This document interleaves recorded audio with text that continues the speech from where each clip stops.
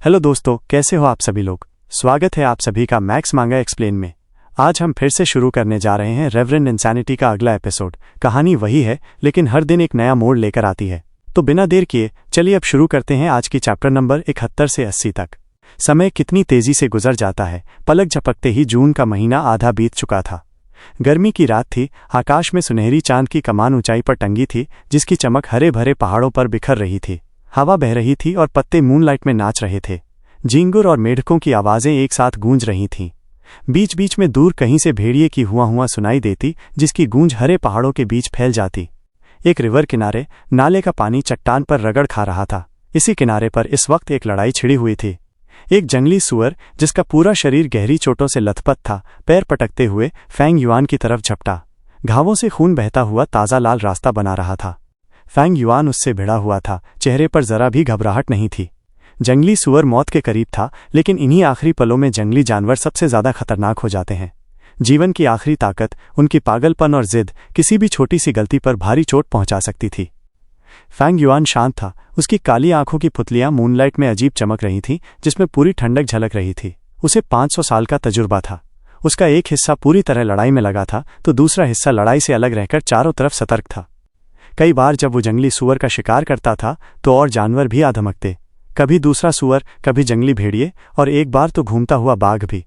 समय बीता, सुअर के हमले धीरे धीरे धीमे पड़ गए। फैंग युआन की आंखें चमकी। उसने तेजी से कुछ कदम बढ़ाए और सुअर के पास जाकर कंधों और बाहों में जोर लगाकर पूरे सुअर को एक ही सांस में उठा लिया। हुनल उसने दहाड़ मारी, चेहरा लाल हो गया, बाजू पूरी तरह फैलाकर सुअर को सिर के ऊपर उठा लिया। सुअर कमजोर होकर छटपटाया। फैंग युआन का शरीर डगमगाया, लेकिन उसने पूरी ताकत से सुअर को उछाल दिया। धड़ाम सुअर पास की बड़ी चट्टान पर जा गिरा। हड्डियां टूटने की आवाजें आईं और सुअर की कराहती चीख निकल पड़ी। वो बड़ी चट्टान से नीचे लुढ़का, कान, नाक और मुंह से खून बहने लगा। कुछ देर तड़पा और फिर हमेशा के लिए शांत हो गया। चारों तरफ फिर से सन्नाटा छा गया। नदी का पानी बहता रहा और सुअर का खून अपने साथ बहाकर दूर कहीं ले गया। मेरी ताकत अब सुअर के बराबर हो गई है। आज रात उसी बड़े पत्थर को आजमाता हूं जो रास्ते में पड़ा है। फैंग युआन वहीं खड़ा रहा, गहरी सांसें लेते हुए, आंखों में उत्साह की चमक थी। इन दिनों वो लगातार व्हाइट बोर गू का इस्तेमाल कर रहा था, जिससे शरीर की ताकत बढ़ रही थी। उसे साफ महसूस हो रहा था कि उसकी शक्ति रोज बढ़ रही है। पहले जब वो सुअर से लड़ता था तो सिर्फ मून ब्लेड के सहारे घेर कर मारता था, मगर अब वो सुअर को उठाकर फेंक सकता था। ताकत का ये इजाफा साफ दिख रहा था। हाँ, व्हाइट बोर गू हमेशा ताकत नहीं देता। इसकी हद एक सुअर की ताकत तक ही है। उस सीमा के बाद और ताकत नहीं मिलती। मैं अब सुअर को उठा सकता हूं, लेकिन इसका मतलब ये नहीं कि मैं उससे आमने सामने बराबरी कर सकता हूं। जैसे कोई ताकतवर आदमी दूसरे आदमी को उठा ले, इसका मतलब ये नहीं कि दोनों की ताकत बराबर है। मेरी ताकत और बढ़ सकती है। उसने सारा मांस व्हाइट बोर गू को खिला दिया। फिर शिकार वाले चाकू से सुअर के दांत निकाले और फटी हुई खाल को काटकर चट्टान की दरार में बने गुप्त गुफा में घुस गया। जहां तक सुअर की लाश का सवाल था, उसे कुछ करने की जरूरत नहीं थी। गर्मी की रातों में जंगली जानवर खूब घूमते हैं। जल्द ही खून की गंध सूंघकर कोई आकर सब साफ कर देगा, और अगर कोई देख भी ले तो कोई फर्क नहीं पड़ता। फैंग युआन ने घाव ऐसे बदले थे कि वे मून ब्लेड के कटाव जैसे नहीं लगते थे। गुप्त गुफा में लौटकर जो लाल रोशनी से नहा रही थी, फैंग युआन ने 2 सुअर के दांत एक कोने में फेंक दिए। टकराकर खनखन की आवाज आई। उस कोने में पहले से ही कई दांत पड़े थे। ये फैंग युआन की शिकार की कमाई थी। वो रेंगते हुए फिर सुरंग में घुसा और आखिर तक पहुंचा। सुरंग में चलते हुए उसके कदमों की आवाज गूंज रही थी। लाल रोशनी उसकी आंखों पर पड़ रही थी। सब कुछ पहले जैसा ही था। बड़ा पत्थर अब भी रास्ता रोके खड़ा था। जहां से उसने अर्थ ट्रेजरी फ्लावर निकाला था, वो गड्ढा उसने पहले ही भर दिया था।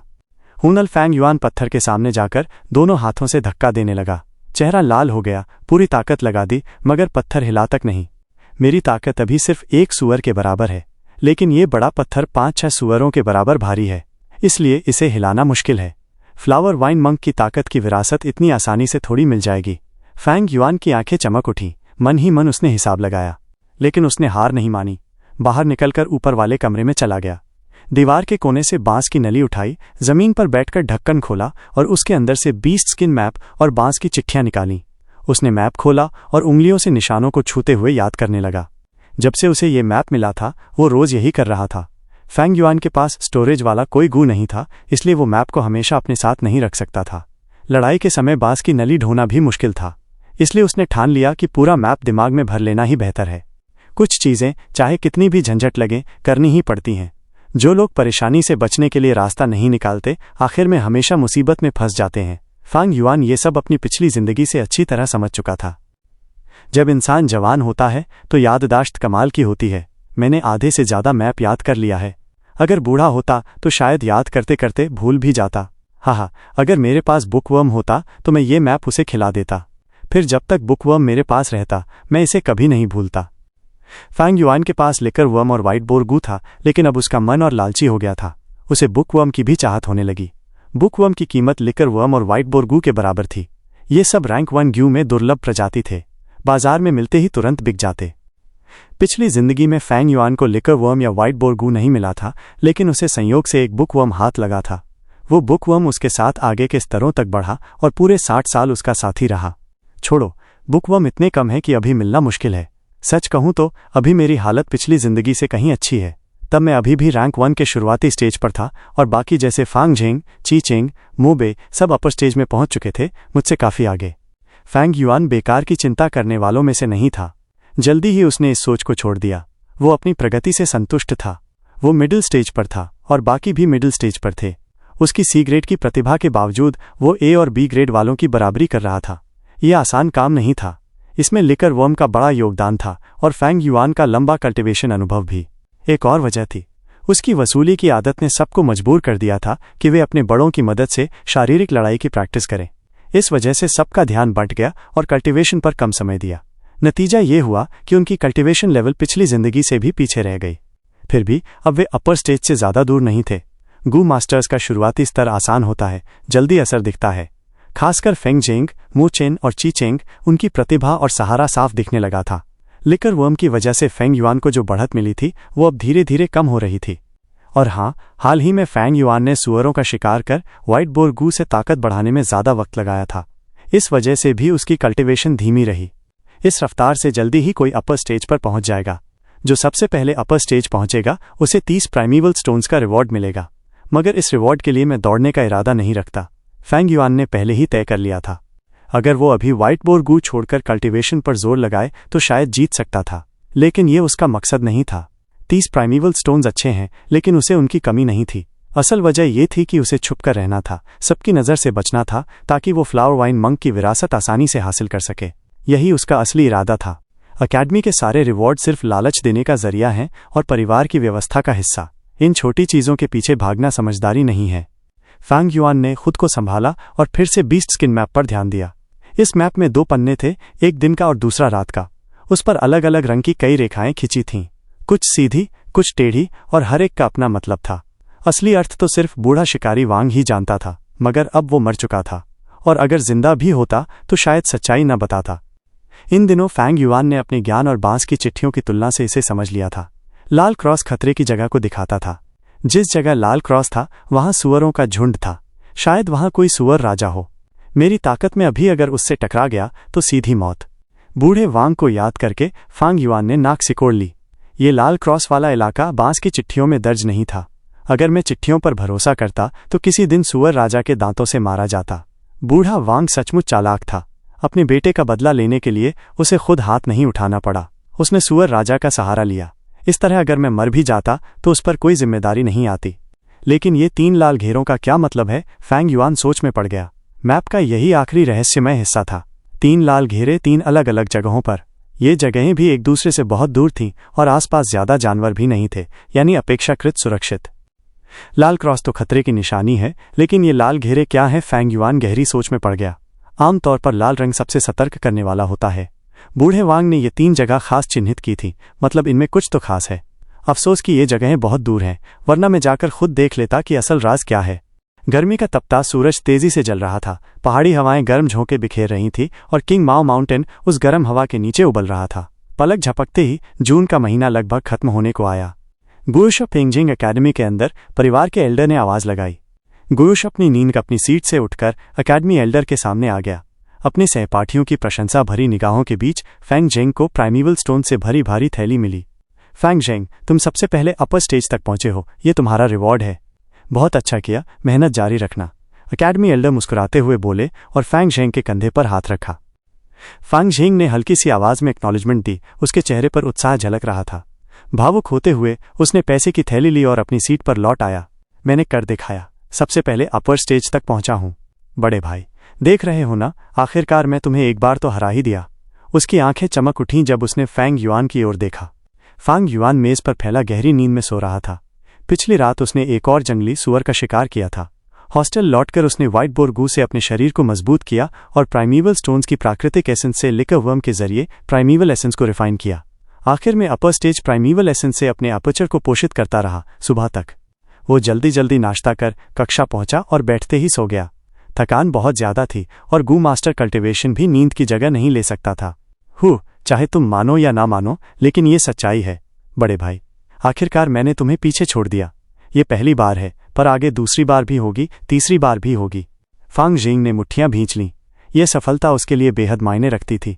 उसने अपने दिल पर छाए अंधेरों को तोड़ दिया था। रोशनी की एक छोटी सी किरण उसके दिल में उतर आई थी। भले ही वो रोशनी बहुत पतली थी, लेकिन उसी ने फांग जिंग को उम्मीद और हौसला दिया। मैं असल में उस फैंग जिंग से हार गया। गु युए मोबे अपनी सीट पर बैठा हाथ बांधकर नाराज हो रहा था। ये तो ई ग्रेड का फायदा है, धत्त तेरे की, गु युए ची चेंग ने काले चेहरे से कहा। कल्टीवेशन करते वक्त वो अच्छे टैलेंट का फायदा गहराई से महसूस करता था। अपने दादा गु युए ची लियन का सहारा और खुद की कड़ी मेहनत के बावजूद वो फैंग झेंग से पीछे रह गया। काश मेरे पास भी लिकर वर्म होता और दादा का सहारा, तो शायद मैं फैंग झेंग से हारता ही नहीं। ये शापित फैंग परिवार के भाई। छोटा भाई ए ग्रेड का है और हमें दबा रहा है, ऊपर से बड़ा भाई सी ग्रेड होते हुए भी लिकर वर्म लिए घूम रहा है। आखिर सारी अच्छी चीजें इन्हीं भाइयों के पास क्यों जाती हैं? गु युए ची चेंग भीतर ही भीतर बहुत कुढ़ा। इस बार फैंग जेंग ने सबसे पहले अपर स्टेज तोड़ लिया। अरे वो तो ग्रेट टैलेंट है ना। हाँ, यहाँ तक कि मोबे, ची चेंग और फैंग युआन भी फैंग जेंग से हार गए। इस बार सारी नजरें उसी पर हैं। फैंग युआन के पास लिकर वर्म है, लेकिन वो मेहनत नहीं करता। हर रोज वक्त बर्बाद करता है, यहाँ तक कि कक्षा में भी सोता है। बेहतर हो कि वो लिकर वर्म मुझे ही दे दे। आसपास के विद्यार्थी बातें करने लगे। उनके दिलों में नाराजगी थी, लाचारी थी और जलन भी। अकेडमी एल्डर ने एक एक करके सबको बुलाया। विद्यार्थी जाते, प्राइमीवल स्टोन्स की अलाउंस लेते और अपनी सीट पर लौटते। सब लोग शांत हो जाओ। अलाउंस बांटने के बाद एल्डर ने मेज पर हाथ मारा। अचानक सन्नाटा छा गया। अब तुम सबने अपना दूसरा गू वर्म काबू कर लिया है, यहाँ तक कि अपर स्टेज तक भी पहुंचे हो। आधे साल में तुम सबने मेहनत की है, अब तुम्हारे पास थोड़ी नींव है। अब वक्त है कि तुम जंगल में अभ्यास करो। असली लड़ाई स्केयरक्रो या लकड़ी के पुतलों से नहीं होती, जो वहीं खड़े रहते हैं और तुम्हारे वार का इंतजार करते हैं। 3 दिन बाद मिड ईयर एग्जामिनेशन होगा, इसमें सभी विद्यार्थियों को शामिल होना जरूरी है। परीक्षा का विषय है जंगली सुअरों का शिकार। जंगली सुअर के दांत लाकर गिनती होगी। जितने ज्यादा दांत, उतना बेहतर परिणाम। परीक्षा खत्म होने पर हर दांत के बदले 10 प्राइमीवल स्टोन्स दिए जाएंगे। और हाँ, तुम लोग ग्रुप में भी शिकार कर सकते हो। एल्डर की बात सुनकर विद्यार्थियों में खलबली मच गई। मिड ईयर एग्जाम आखिरकार आ गया। हर साल अकेडमी के विद्यार्थी 1 साल पढ़ाई करते हैं और हमेशा मिड ईयर एग्जाम और एंड ईयर एग्जाम होता है। समय देखकर लग रहा था कि अब मिड ईयर एग्जाम का वक्त आ ही गया।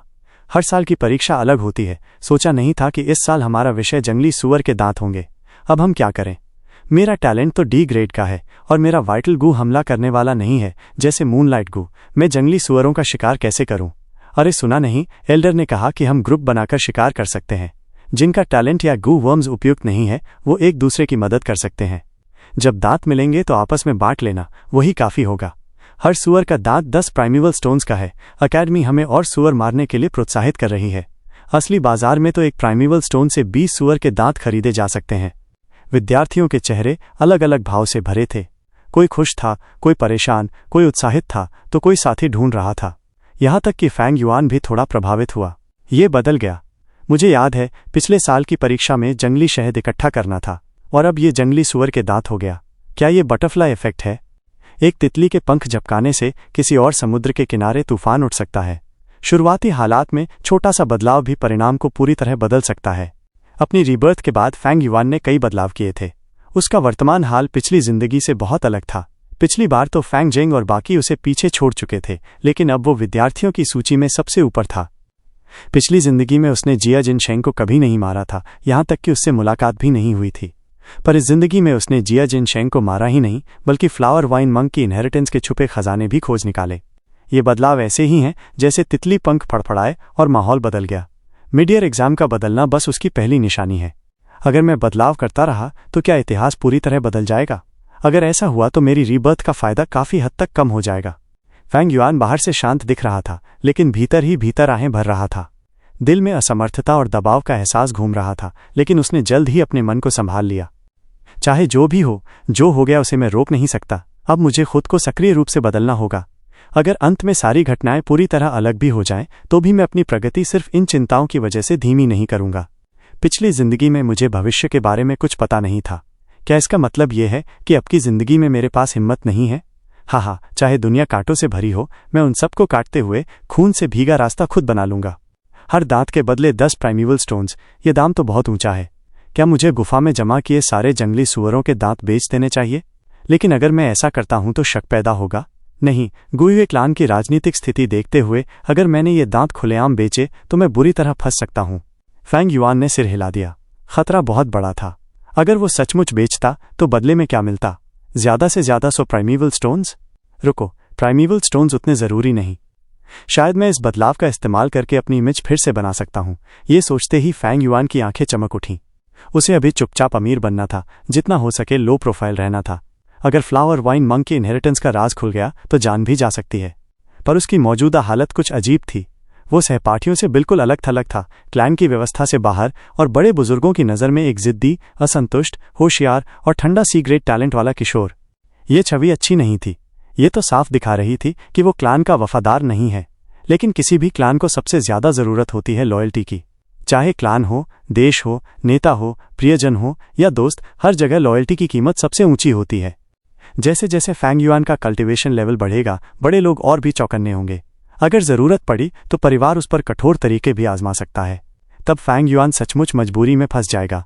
फैंग युआन को मजबूरी पसंद नहीं थी। उसे हर बात पर नियंत्रण पसंद था। अब तक की घटनाओं के चलते उसे हालात के अनुसार दूसरों की ताकत पर निर्भर होना पड़ा, और उसकी बनाई इमेज सिर्फ खुद को बचाने का एक तरीका थी।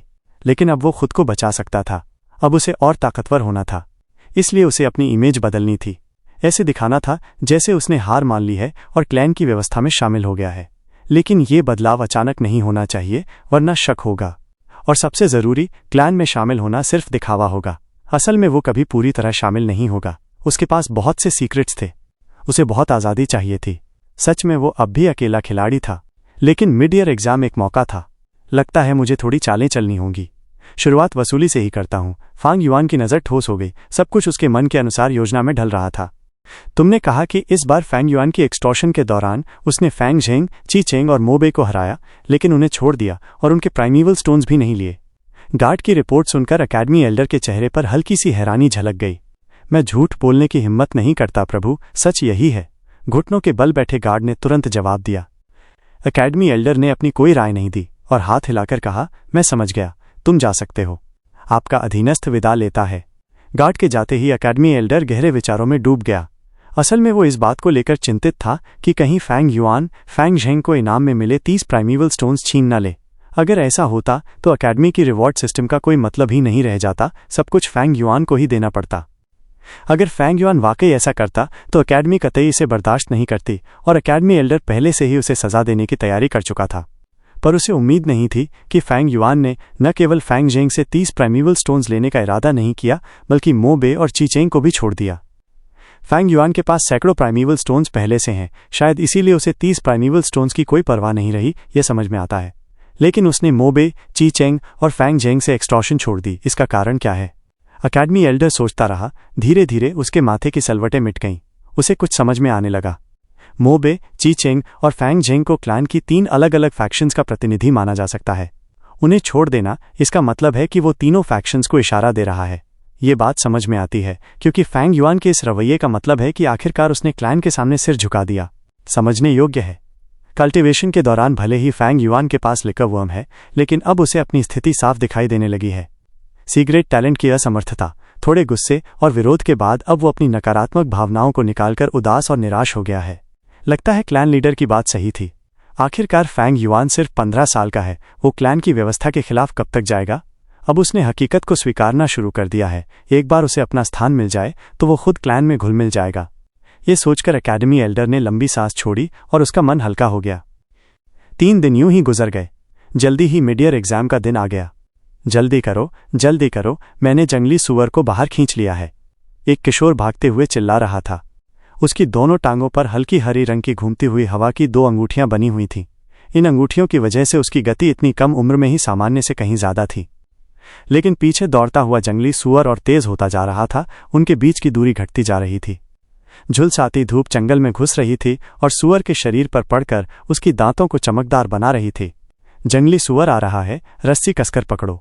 4 घात लगाए बैठे किशोर झाड़ियों में छुपे और रस्सी कसकर खींच ली। एकदम से जाल तैयार हो गया। दौड़ता हुआ किशोर हल्का सा उछला, रास्ता पार कर आगे बढ़ गया। पीछे दौड़ता सूअर रस्सी में उलझकर बुरी तरह गिर पड़ा और 5 से 6 मीटर दूर जाकर रुक पाया। चारों किशोर भी रस्सी खिंचने से गिर पड़े और सूअर के साथ जमीन पर लुढ़क गए। मारो! आगे भागता किशोर पलटकर चिल्लाया। जमीन पर गिरे साथी घबराकर उठ खड़े हुए और सूअर को घेर लिया। कचाक! जंगली सूअर के धक्के से पास का एक छोटा पेड़ बीच से टूटकर गिर पड़ा। बाल बाल बचा। गुयुए चीचेंग ने माथे का पसीना पोंछा और डरते हुए कहा, अगर मैंने ड्रैगन पिल क्रिकेट गू का इस्तेमाल कर 3 मीटर बाएं छलांग न लगाई होती तो ये पेड़ मेरी किस्मत होती। छप छप छप! मून ब्लेड हवा में नाचती हुई सूअर के शरीर पर पड़ी, जिससे उसके शरीर पर लंबे लेकिन उथले घाव बन गए।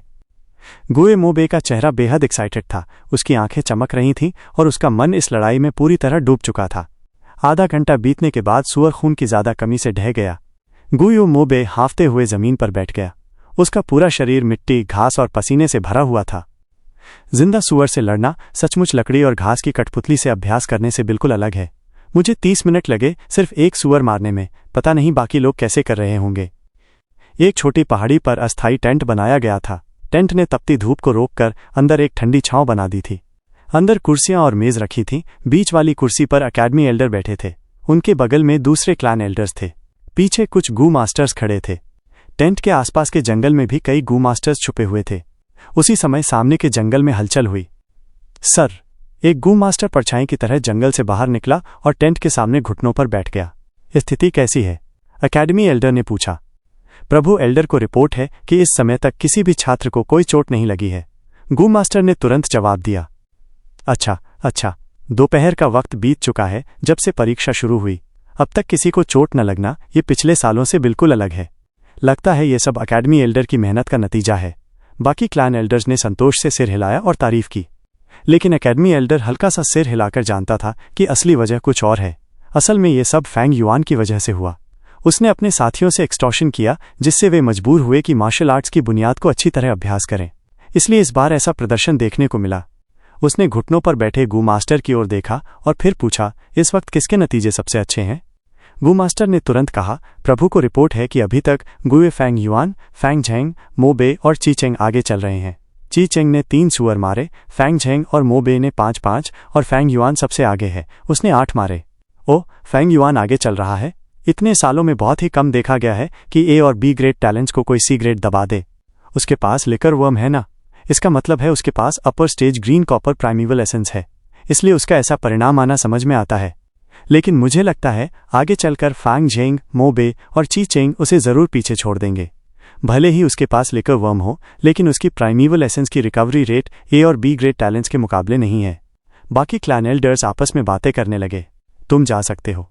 अकेडमी एल्डर ने घुटनों पर बैठे गू मास्टर को हाथ हिलाकर जाने को कहा। बाकियों को आदेश दो, अपना प्रोटेक्ट करने का काम अच्छे से करें। खासकर फैंग झेंग, चीचेंग और मोबे पर ज्यादा ध्यान दो और उनकी सुरक्षा पक्की करो। जी प्रभु। गू मास्टर झुककर चला गया। ज्यादातर छात्रों के लिए यह सचमुच पहली बार का आउटडोर कॉम्बैट था, इसलिए इसमें खतरे भी थे और क्लान ने पहले से ही तैयारी की थी। दर्जनों रैंक 2 गू मास्टर्स जंगल में छुपे थे जो पूरी परीक्षा की सुरक्षा देख रहे थे। साथ ही कुछ रैंक 3 क्लैन एल्डर्स वहीं मौजूद थे ताकि अचानक किसी दुर्घटना से निपटा जा सके।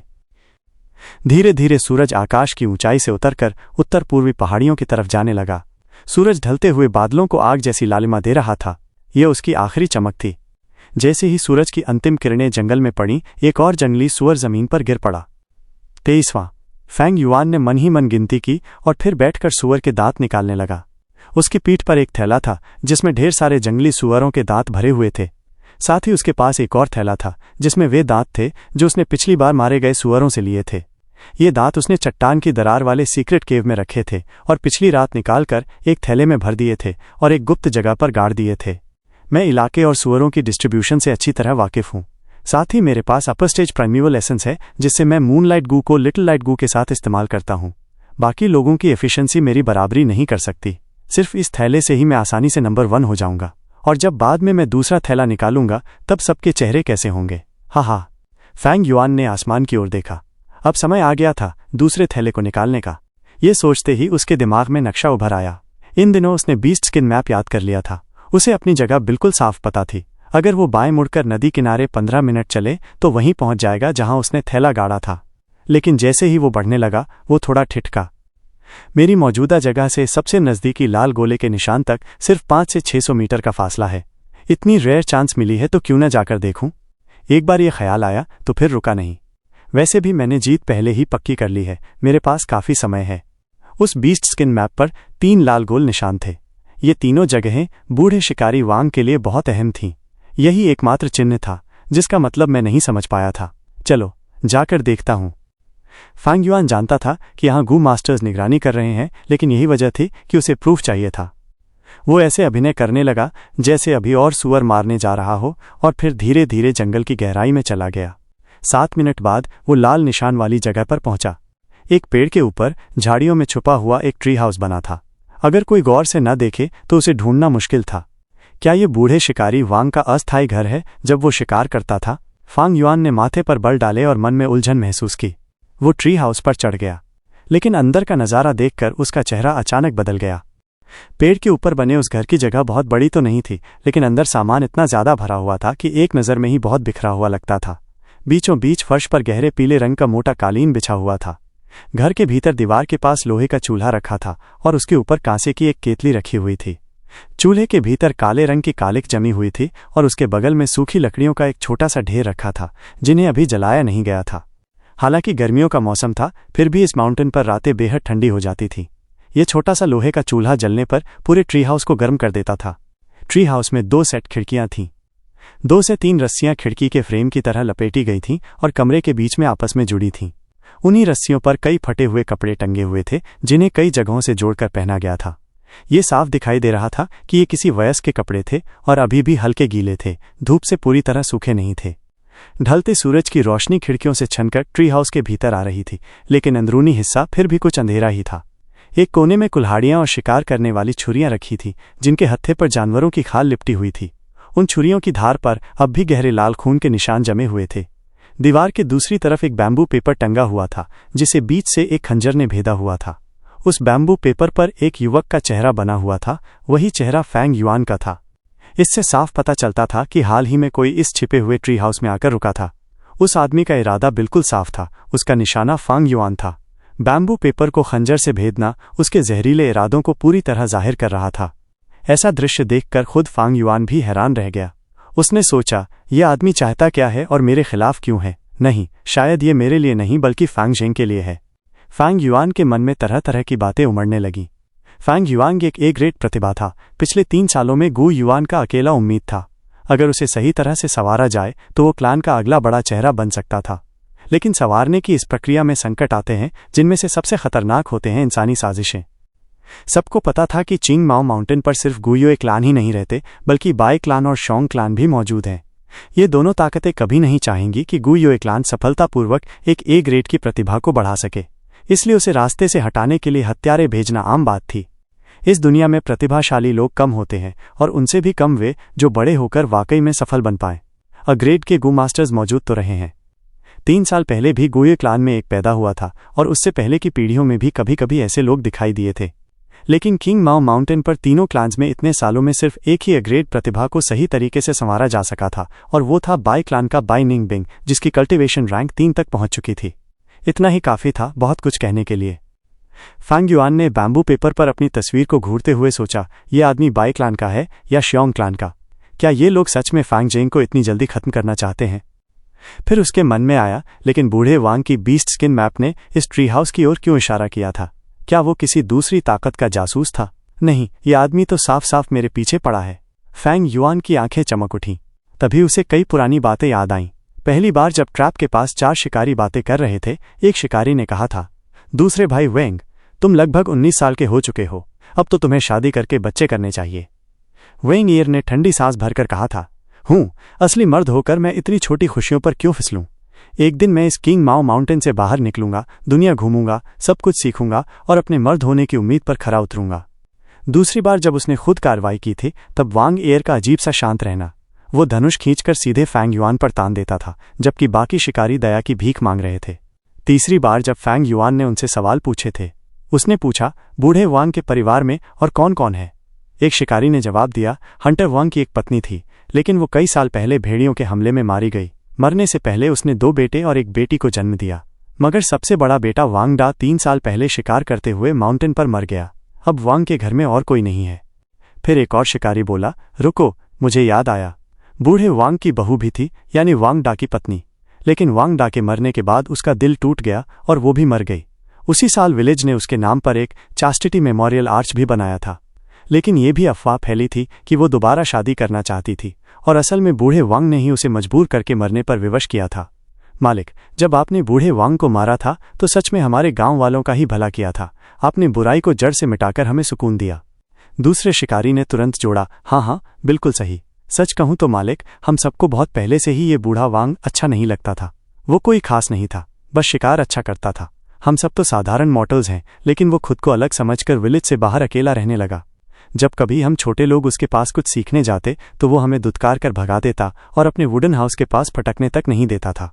फैंग युआन के दिमाग में सारे टुकड़े जुड़ने लगे। बूढ़ा वांग अपने परिवार के साथ विलेज छोड़कर जंगल में आकर रहने लगा था। बड़ा बेटा वांग दा 3 साल पहले माउंटेन पर मर गया था। उसकी पत्नी ने शायद दोबारा शादी करनी चाही तो बूढ़े वांग ने उसे मजबूर करके खत्म कर दिया और ऊपर से मेमोरियल आर्च भी मिल गया।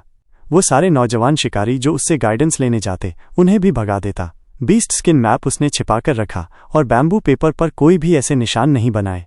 उधर वांग एयर कम उम्र में भी गू मास्टर्स के सामने शांत रहता था। शादी नहीं की थी, बल्कि बाहर निकलकर ऊंचा जीवन पाने का सपना संजो रखा था।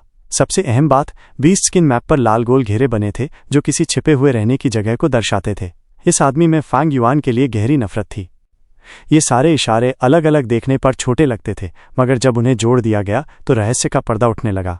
फैंग युआन जितना सोचता गया उतना ही महसूस करता गया कि उसके सामने छाया हुआ धुंधला पर्दा अब हल्का हो रहा है। सूरज की ढलती किरणें खिड़की से भीतर आकर उसके चेहरे पर पड़ी, खून जैसे लाल रंग की। चारों ओर मौत जैसा सन्नाटा छा गया। क्या कोई उसे लगातार छुपकर देख रहा था? अचानक फैंग युआन की आंखें चमक उठीं। उसकी दृष्टि जैसे समय और स्थान को भेदते हुए सच्चाई तक जा पहुंची। वांग डा मरा नहीं था। उसकी आंखों का प्रकाश चारों ओर फैल गया, बल्कि वो तो संयोग से डेमोनिक गू मास्टर बन गया। असल में मॉर्टल्स में भी कल्टीवेशन की संभावना होती है, लेकिन क्लान्स तरीकों को गुप्त रखकर सब पर काबू रखते हैं। लेकिन इस दुनिया में कुछ भी बिल्कुल तय नहीं है। मॉर्टल्स भी गू मास्टर बन सकते हैं, चाहे जंगली इलाके में किसी होप गू से टकराकर, चाहे किसी शक्ति की विरासत पाकर या किसी क्लान के आदमी से मार्गदर्शन पाकर। लेकिन ऐसे गू मास्टर्स को क्लान कभी पूरी तरह स्वीकार नहीं करते, वे केवल उनके प्यादे बनते हैं। और यही वजह होती है कि ऐसे लोग संतुष्ट नहीं होते और अकेलेपन में कल्टीवेशन करके संसाधनों के लिए खून खराबा करते हुए डेमोनिक मार्ग पर उतर जाते हैं। यकीनन किसी किस्मत के कारण उसे किसी गू मास्टर की लाश से बड़ी ताकत मिल गई और वो 3 साल पहले गू मास्टर बन गया। लोगों की नज़रों से छुपने के लिए उसने अपनी मौत की झूठी खबर फैलाई। असल में कभी किसी ने उसकी लाश देखी ही नहीं। बूढ़े वेंग का परिवार ये सब जान गया और इसलिए विलेज से निकलकर अकेला रहने लगा ताकि ये राज छुपा रहे। लेकिन दिक्कत तब हुई जब वांग डा की पत्नी ने ये बात गुई हुए क्लान को बताने की सोची। तब वांग परिवार के पास और कोई रास्ता नहीं बचा और उन्होंने उसे भी मार डाला। फिर झूठी कहानियां फैलाईं कि उसने दूसरी शादी करनी चाहिए या बूढ़े वांग ने उसे मजबूर करके मरवा दिया। कभी कभी वांग डा घर भी लौटता था, इसलिए बूढ़ा वांग नौजवान शिकारी को भगा देता था। वांग एर ने भाई से मिलकर गू मास्टर्स का डर मिटा लिया और खुद गू मास्टर बनने का सपना संजो लिया। इसी डर से वांग एर ने भी शादी नहीं की। वांग एर ने बूढ़ा वांग डा लगातार नहीं रह सकता था, इसलिए बूढ़े वांग ने बीस्ट स्किन मैप पर 3 लाल घेरे बनाए जो ऐसे ही छिपे हुए ठिकानों को दिखाते थे। वो इन तीनों जगहों पर बारी बारी से रुकता और तीनों क्लान्स के किनारे किनारे रहता। आखिरकार उन 3 लाल गोलों का मतलब सामने आ गया।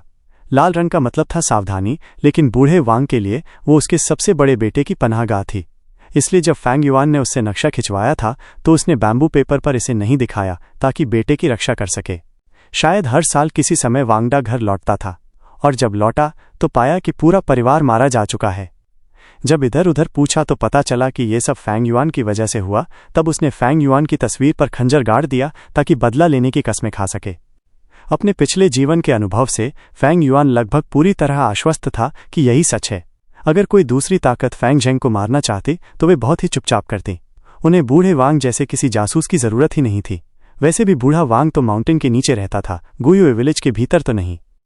फैंग युआन ने मन ही मन सोचा, क्या अजीब है, सिर्फ एक बीस्ट स्किन मैप की वजह से मेरा सामना एक डेमोनिक फैक्शन के हत्यारे से हो गया। यह दुनिया कितनी विचित्र तरह से चलती है। उसने पहले वैंग ईयर, फिर बूढ़े वैंग और वैंग की बेटी को मारा था, सब सिर्फ बीस्ट स्किन मैप के लिए। बूढ़ा वैंग गांव का सबसे बड़ा शिकारी था, उसका नक्शा सबसे कीमती था। तब फैंग युआन ने सोचा था, ये तो सिर्फ 3 मॉर्टल्स की जान है, इसमें क्या बड़ी बात है, मार डालूंगा और नक्शा ले लूंगा। लेकिन किस्मत देखो, वहीं से एक डेमोनिक गू मास्टर निकल आया। इस पर भी फैंग युआन को कोई पछतावा नहीं था, बल्कि संतोष ही मिला। अगर उस समय उसने दया दिखाई होती तो वो असली नक्शा कभी नहीं पा पाता। वैंग परिवार अपनी तरफ से इसे छुपा लेता। वांग एयर की लड़ाई की ताकत इतनी थी कि साधारण रैंक एक ऊपरी स्तर के गू मास्टर को भी मार सकता था। बूढ़ा वांग तो उम्र के साथ और भी खतरनाक था। अगर असली नक्शा फैंग युआन को मिल भी जाता तो बूढ़ा वांग तुरंत ये बात वांग डा तक पहुंचा देता और फिर फैंग युआन सामने होता, जबकि वांग डा छिपा रहता। उस समय सारी बाजी वांग डा के हाथ में रहती। इसलिए फैंग युआन ने सोचा, अच्छा हुआ कि मैंने शुरुआत में ही सबको खत्म कर दिया। चाहे जो भी हो, परिस्थिति को अपने हाथों में रखना जरूरी था। अगर असली नक्शा न भी मिला तो भी कोई घाटा नहीं, और ऊपर से बाकी शिकारी से भी छीन सकता था। बूढ़े वांग और उसकी बेटी को मारने की वजह से वांग डा को मेरा पता लगाने में बहुत समय लग गया, और वो दोनों छोटे शिकारी भी अब तक जरूर चुप करा दिए गए होंगे। फैंग युआन ने अपने मन में पक्का किया, बहुत कम लोग इस हालत के बारे में जानते थे, और वांग डा भी जियांग ही पर हमला नहीं करेगा। अगर जियांग हे मर जाता तो इसे आसानी से दबाया जा सकता है। जियांग ही भी ये बात खुलकर नहीं बताएगा, क्योंकि इससे क्लान में उसकी काबिलियत पर असर पड़ेगा। उल्टा वो इसे छुपाने की कोशिश करेगा। फैंग युआन के ख्याल उस ट्री हाउस के अंदर इधर उधर उड़ रहे थे। अपनी पिछली जिंदगी से पाए गए ज्ञान के सहारे फैंग युआन वांग डा के अस्तित्व को महसूस कर सकता था, लेकिन उसकी ताकत कितनी है, ये सवाल था। फैंग युआन ने कभी उस वांग डा को देखा तक नहीं था, लेकिन जो इन्फॉर्मेशन हाथ लगी थी उससे वो बहुत कुछ अंदाजा लगा सकता था। हिम्मत हमेशा ताकत के सहारे खड़ी होती है। उसने मेरी जानकारी इकट्ठा की और फिर भी बदला लेने की ठान ली। इस आत्मविश्वास के पीछे उसकी कल्टीवेशन जरूर रैंक 1 से ऊपर होगी। इन 3 सालों में वो उन 3 लाल घेरे वाले इलाकों में घूमता रहा है, 3 क्लैन विलेजेस के किनारों पर जीता रहा है। लगभग रोज पकड़े जाने और खत्म कर दिए जाने का खतरा उसके सिर पर मंडराता रहा। इसका मतलब ये है कि उसमें बाहर खुले जंगलों में घूमने की ताकत नहीं है। बाहर घूमने के लिए रैंक 3 कल्टीवेशन चाहिए। मतलब सीधी बात यह है कि पहले आकलन में वो रैंक 2 है। फैंग युआन की आंखों में ठंडक चमकी। गिनती करो, वो 3 सालों के लिए गायब रहा और अब रैंक 2 तक पहुंच गया, तो वो बी या सी ग्रेड का टैलेंट होना चाहिए। उसके एपर्चर में करीब 40 से 70% प्राइमीवल एसेंस होगा। इन 3 सालों में वो जिंदा भी रहा और घर में रहकर भी जीता रहा, जबकि जियांग हे जैसी नजर रखने वालों से बचा रहा। इसका मतलब उसके पास कोई स्टेल्थ टाइप का गू वर्म जरूर है। एक गू मास्टर की भिड़ंत में सबसे जरूरी चीज होती है इन्फॉर्मेशन। भले ही फैंग युआन के पास कोई इन्वेस्टिगेटिव टाइप गू वर्म नहीं था, लेकिन अपने अनुभव और ज्ञान से वो वांग डा की कल्टीवेशन और उसके गू वर्म्स का काफी हद तक सही अंदाजा निकाल सकता था। बहुत जल्दी ही उसके दिमाग में एक रैंक 2 डेमोनिक फैक्शन गू मास्टर की तस्वीर उभर आई, जो अपने परिवार के कत्ल का बदला लेने की नफरत लिए कहीं छिपा हुआ है और अपने दुश्मन को मारने की ताक में बैठा है। मैं दूसरों को मार सकता हूं तो दूसरे भी मुझे मारने आ सकते हैं। इसमें कुछ खास नहीं है। फैंग युआन हल्की सी हंसी हंसा। इस दुनिया में हर किसी को जीने का हक है और हर किसी के पास मरने का मौका है। जो मारता है वो कभी न कभी खुद भी मारा जाता है। जब उसने हत्या की तो ये तय था कि एक दिन वो खुद भी मारा जाएगा। अगर ऐसा हुआ तो हुआ, इसमें कोई अफसोस नहीं। यही रास्ता उसने चुना था। यह है डेमोनिक वे का असली संकल्प। वांगर मुझे मारना चाहता है तो ये मिड ईयर एग्जाम उसके लिए सबसे अच्छा मौका है। आमतौर पर तो छात्र विलेज में रहते हैं। उसकी रैंक 2 कल्टीवेशन विलेज में घुसने के लिए काफी नहीं है, ये तो मौत बुलाना होगा। शायद उसने सोचा कि मैं शिकार करने निकल सकता हूं, लेकिन किंग माओ माउंटेन इतनी बड़ी है, वो अकेला अपने निशान छिपाए और मुझे भी ढूंढे, ये बहुत मुश्किल है। अब जब ये मौका है तो वो जरूर वार करेगा। वो रैंक 2 गू मास्टर है और 3 सालों तक खतरे और अनजानियों में जीकर बड़ा हुआ है, ऐसा डेमोनिक फैक्शन गू मास्टर। मेरी मौजूदा लड़ाई की ताकत से मैं उससे जीत नहीं सकता, लेकिन इसका मतलब ये नहीं कि मैं बच नहीं सकता। भागना। फैंग युआन ने तुरंत फैसला कर लिया। जिंदगी बचाने के लिए कुछ भी शर्मनाक नहीं होता। अगर लड़ नहीं सकते तो भागो। किसी गू मास्टर के अचानक ब्रेक थ्रू की उम्मीद करना नामुमकिन है। ऊंचे रियल्म से लड़ाई मुमकिन है, लेकिन तभी जब पास में कोई खास गू वर्म हो। फैंग युआन के पास कई गू वर्म्स थे, लेकिन स्प्रिंग ऑटम सिकाडा तो सो रहा था और काम का नहीं था। लिकर वर्म, व्हाइट बोर गू, लिटिल लाइट गू और मूनलाइट गू ऊंचे रियल्म से लड़ने के लिए ट्रम्प कार्ड नहीं थे। दुश्मन को हराने की कोई संभावना न होते हुए भी जान देने की जिद करना बेवकूफ़ी है। भले ही जीत जाए तब भी ये फेट की मेहरबानी नहीं कहलाएगी। फांग युआन हमेशा सावधान रहता है। अगर जीतने की संभावना कम हो तो वो लड़ाई से बचता है। उसे हालात पर कंट्रोल रखना पसंद है, चाहे इसके लिए कोई भी चाल क्यों न चलनी पड़े। उसे भरोसेमंद लड़ाई पसंद थी। जब तक मजबूरी न हो वो कभी खतरनाक लड़ाई नहीं करता। इसीलिए उसका सबसे पसंदीदा काम था कमज़ोरों को दबाना और उनसे संसाधन छीनना ताकि खुद को मजबूत करे। इतना मजबूत होना कि दुश्मनों को कुचल सके, कमज़ोरों को दबाना, इसमें कुछ भी शर्मनाक नहीं।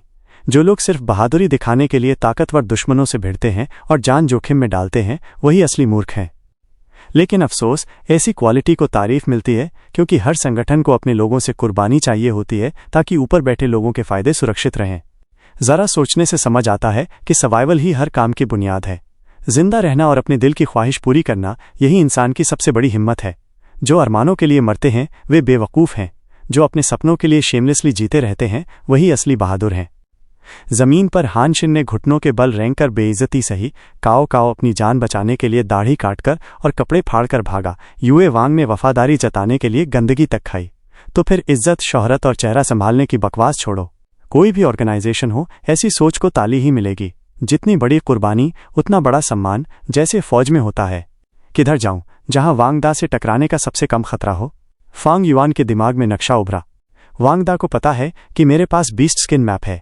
अब वो जरूर जंगल में छिपा होगा और जंगली सुअरों के बंटवारे को देखकर मुझे ढूंढ रहा होगा। मैं उन जगहों पर नहीं जा सकता, तो मुझे उल्टी दिशा में जाना होगा, तभी जीने का मौका मिलेगा।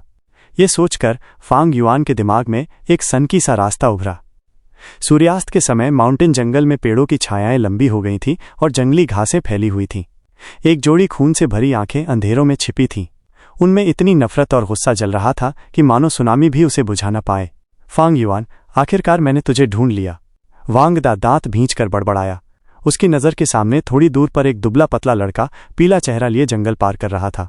अपने दुश्मन को पास देखकर भी वांगदा ने तुरंत हमला नहीं किया। उसकी नज़र इधर उधर कई और जगहों पर गई। हर जगह एक इन्विजिलेटर गू मास्टर छिपा हुआ था। धोखाधड़ी रोकने और घायल छात्रों का इलाज करने के लिए आसपास दर्जनों रैंक 2 गू मास्टर्स छिपे थे। यहाँ तक कि ऊंचे पहाड़ों पर रैंक 3 क्लैन एल्डर्स भी पहरा दे रहे थे। वांगदा धीरे धीरे जंगल में घूमकर काफ़ी इन्फॉर्मेशन इकट्ठी कर चुका था। अगर मुझे फांग युआन को मारना है तो पहले इन 3 गू मास्टर्स को हटाना होगा, वरना जैसे ही मैं सामने आया ये मुझे रोक देंगे। शायद अचानक वार करके मैं फांग युआन को मार दूं, लेकिन उसके बाद ये गू मास्टर्स मुझे ख़त्म कर देंगे। मेरी कल्टिवेशन रैंक 2 मिडिल स्टेज है और मेरे शरीर में 50% प्राइमीवल एसेंस है। मुझे पहले ही हमला करके इन तीनों को ख़त्म करना होगा, लेकिन ये मुश्किल है। मुझे बहुत कम वक्त में लगातार वार करना होगा, वरना जैसे ही इन्हें साथियों की मौत का पता लगा मेरी पहचान खुल जाएगी। Shadow follower GU। वांगदा ने आंखें बंद कर दिल ही दिल में पुकारा। तुरंत उसका शरीर अंधेरे के गुच्छे में ढक गया और वो पेड़ों की छायाओं में घूमने लगा। सब कुछ खामोश था। पास के एक घने झुरमुट में गू युए क्लान का एक रैंक 2 गू मास्टर पड़ा जम्हाई ले रहा था। कितना बोरिंग है, इन छोटे छात्रों के साथ नानी बनकर बैठा हूं। वो धीमी आवाज में शिकायत कर रहा था, बिना महसूस किए कि एक परछाई धीरे धीरे उसकी ओर बढ़ रही है। छायाओं से हड्डी जैसे हाथ निकले। ये हाथ इतने सफ़ेद थे कि मानो उनमें खून ही ना हो। जोड़ बड़े बड़े थे और नाखून बेहद लंबे और नुकीले, हल्के बैंगनी रंग में रंगे हुए, जिनसे हल्की सी बदबू आ रही थी। ये कैसी गंध है? गू युए क्लान का गू मास्टर नाक सिकोड़ते हुए सोच ही रहा था कि तभी देर हो गई। वांगदा सांप की तरह झपटा, बिजली की तरह हमला किया। एक हाथ से उसने गू मास्टर का मुंह और नाक दबा दिया और दूसरे हाथ से उसकी पीठ पर वार किया। नुकीले बैंगनी नाखून चाकू जैसे थे, सीधा उसके शरीर में घुस गए और दिल तक पहुंच गए। नाखूनों में जहर था जो सीधा दिल तक पहुंचा और खून के जरिए पूरे शरीर में फैल गया। उसका शरीर अकड़ गया और जान निकल गई। दोनों ही रैंक 2 गू मास्टर्स थे, लेकिन एक ने अचानक हमला किया और तैयारी के साथ, तो लड़ाई शुरू होने से पहले ही खत्म हो गई। मैंने 10% प्राइमीवल एसेंस खर्च किया, अब 40% बचा है। वांगदा ने अपर्चर देखा और फिर से छायाओं में गायब हो गया। कुछ देर बाद पत्थर के पीछे छिपा दूसरा गू मास्टर भी उसकी चपेट में आ गया। उसकी आंखें सिकुड़ गईं और वो जमीन पर गिर पड़ा। जहर ने उसके शरीर को बैंगनी कर दिया और उसकी नाक से बैंगनी खून की 2 धाराएं बह निकलीं। अब 30% बचा है। वांगदा ने बुदबुदाया और फिर से छायाओं में समा गया। कौन है वहां? तीसरा गू मास्टर एक विशाल पेड़ की शाखा पर छिपा था। ठीक वक्त पर उसे खतरे का एहसास हुआ। जैसे ही वांगदा ने वार किया, उसने घूमकर उन जहर भरे हाथों को पकड़ लिया। साला! वांगदा ने खतरनाक हंसी हंसी और उसके नाखून अचानक बढ़कर 5 सेंटीमीटर लंबे हो गए, गू मास्टर की बाह में घुस गए और खून बैंगनी हो गया। ये तो लव लाइफ सेपरेशन है। तीसरे गू मास्टर की आंखें हैरानी से फट गईं। जहर उसके चेहरे तक फैल गया था। उसे पता था कि उसके पास कोई पॉइजन रेजिस्टेंस गू वर्म नहीं है तो उसकी मौत तय है। उसके चेहरे पर दृढ़ता आ गई और वो चिल्लाया, तो चलो साथ मरते हैं। उसने मुंह खोला और जीभ बाहर निकाली। उसकी जीभ पर अर्धचंद्र का निशान था, वही मूनलाइट गू। एक मून ब्लेड निकली और वांगदा के दाएं कंधे पर लगी, आर पार होकर पीछे निकल गई। खून फट पड़ा। वांगदा कराहा, उसका शरीर डगमगाया, लेकिन तब तक गू मास्टर अपनी जान गंवा चुका था। सही है, ये लव लाइफ सेपरेशन है। वांगदा शाखा पर खड़ा हुआ, धीरे धीरे सीधा हुआ और कड़वी मुस्कान दी। लव लाइफ सेपरेशन रैंक 2 गू वर्म्स का सबसे जहरीला जहर।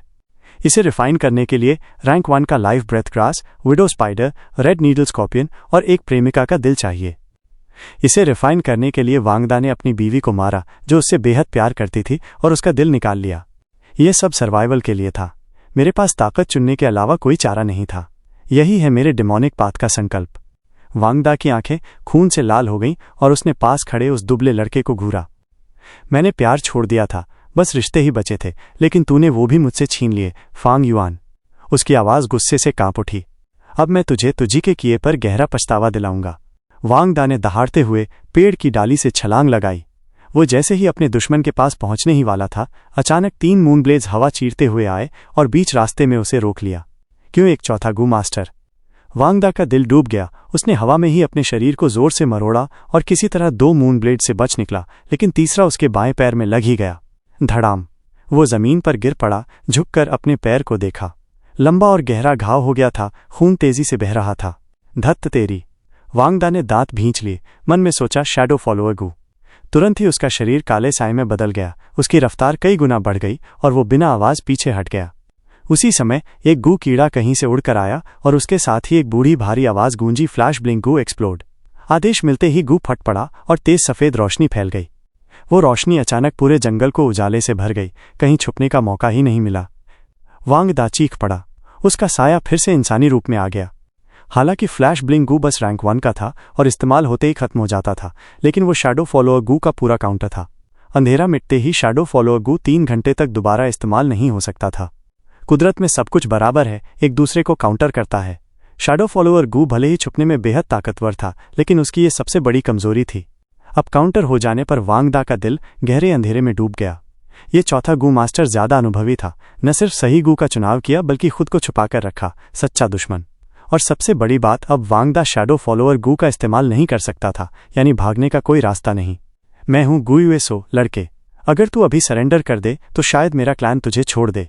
सफेद बाल और चांदी सी दाढ़ी वाला रैंक 2 गू मास्टर वांगदा की आंखों के सामने आ गया। मुझे छोड़ देंगे? पहले मैं तुझे ही मारूंगा। वांगदा जानता था अगर देर हुई तो और भी गू मास्टर्स आ जाएंगे। उसे इस चौथे बूढ़े को जल्दी खत्म करना ही होगा। मेरे प्राइमीवल एसेंस में बस 20% बचा है। चाहे बदला लेना हो या जिंदगी बचानी हो, पहले इस बूढ़े को खत्म करना ही पड़ेगा। वांगदा ने खुद को संभाला और झपटकर गू यूएसओ पर हमला किया। गू यूएसओ ने ठंडी सांस ली। अचानक उसके शरीर के सारे बाल तेजी से बढ़े और आपस में लिपटकर सफेद कांटेदार कवच बन गए। ये देखकर वांगदा का चेहरा बदल गया। सामने का अनुभवी गू मास्टर अब कांटेदार साही जैसा हो गया था। हमला करने का तरीका ही समझ नहीं आया। उसका रैंक 2 जहर गू लव लाइफ सेपरेशन भले ही बेहद जहरीला था, लेकिन हमले के लिए नहीं, बस छुपकर मारने के काम आता था। वांगदा के पास लव लाइफ सेपरेशन और शैडो फॉलोअर गू के अलावा कुछ नहीं था। अगर उसके पास कोई डिफेंसिव गू होता तो मूनब्लेड की चोट नहीं लगती। अगर मैं तुझे नहीं मार सकता तो पहले फैंग युआन को मार दूंगा। वो मूर्ख नहीं था। 3 साल की जिंदगी ने उसे चालाक और बेरहम बना दिया था। वो तेजी से घूमकर गू यूएसओ को चकमा देता हुआ सीधा उस शख्स की ओर लपका जो उसके परिवार की मौत का कारण था। सपना मत देख। गू यूएसओ ने प्राइमीवल एसेंस एक्टिवेट किया और उसके शरीर से निकले सफेद कांटे 2 नुकीले तीर बनकर घूमते हुए 5-6 मीटर दूर तक वांगदा की ओर गए। वांगदा ने शरीर मोड़ा और किसी तरह उनसे बच निकला। उसके हाथों में अब 10 नाखून हथेली जितने लंबे थे, बैंगनी काले, जिनमें जहरीली धुंध घूम रही थी। मर जा! वो पागलों की तरह हंसते हुए फैंग युआन की ओर झपटा। उसकी आंखों में फैंग युआन का चेहरा डरा और घबराया हुआ दिखा। मारने की चाह में उसका दिमाग भर चुका था। उसे महसूस हो रहा था कि बस अब उसका नाखून फैंग युआन की खाल चीर देगा और उसकी आखिरी सांस सुनाई देगी। तू चाहता है? अचानक उसके सामने एक और इंसान आ गया। 5वां गू मास्टर नजदीक से भागता हुआ आया। ये तो लव लाइफ सेपरेशन है। मध्यम उम्र के उस आदमी ने वांगदा की पागल हरकत देखकर भी शांति नहीं खोई। रॉक स्किन गू। उसने प्राइमीवल एसेंस एक्टिवेट किया। लाल स्टील जैसा एसेंस धुएं की तरह बाहर निकला। उसके नंगे हाथ पीले से सफ़ेद धूसर रंग में बदल गए और गुब्बारे जैसे फूलकर भारी पत्थर के हाथ बन गए। जैसे जैसे दोनों पास आए, वांग दा और पागल और डरावना दिखने लगा, जबकि गू मास्टर का चेहरा गंभीर था। उसने दोनों पत्थर के हाथ फैलाकर वांग दा को पकड़ने की कोशिश की। इतनी धीमी रफ्तार से मुझे पकड़ना चाहता है, वांग दा ने मजाक उड़ाया। उसके नाखून भले ही मजबूत पत्थर के हाथों को नहीं भेज सकते थे, लेकिन वो हाथ बहुत भारी और धीमे थे। उसे लगा आसानी से बच निकलेगा। सच में, जेड विंडव्हील, गू मास्टर ने चिल्लाकर कहा, और अचानक उसके पत्थर के हाथों पर हरे रंग के 2 छोटे तूफान घूमने लगे। पत्थर के हाथों की रफ्तार तुरंत बढ़ गई। ये कैसे हो सकता है? वांग दा चौंका और तेजी से उड़कर दूर जा गिरा। वो गू मास्टर अनुभवी था। अगर शुरू में ही जेड विंडव्हील का इस्तेमाल करता तो वांग दा इतना देर तक नहीं टिकता। वांग दा दूर जा गिरा। उसका सीना दर्द से जल रहा था। वो जैसे तैसे उठा और खून की उल्टी कर दी। बस 5% प्राइमीवल एसेंस बचा है, अब मैं मरने वाला हूं। उसने अपर्चर देखा और कड़वा हंस पड़ा। फैंग युआन को पास देखकर उसके चेहरे पर पागलपन भरी नीयत उभर आई। चाहे मर भी जाऊं, तुझे अपने साथ ले जाऊंगा। उसने चोटों की परवाह किए बिना सीधा छलांग लगाई। रोक दो इसे।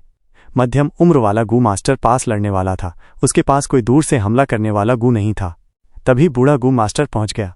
उसके सफ़ेद बाल सांप जैसे मुड़ते लिपटते 5-6 मीटर लंबे होकर पीछे से आकर वांग दा के शरीर को चीरने लगे।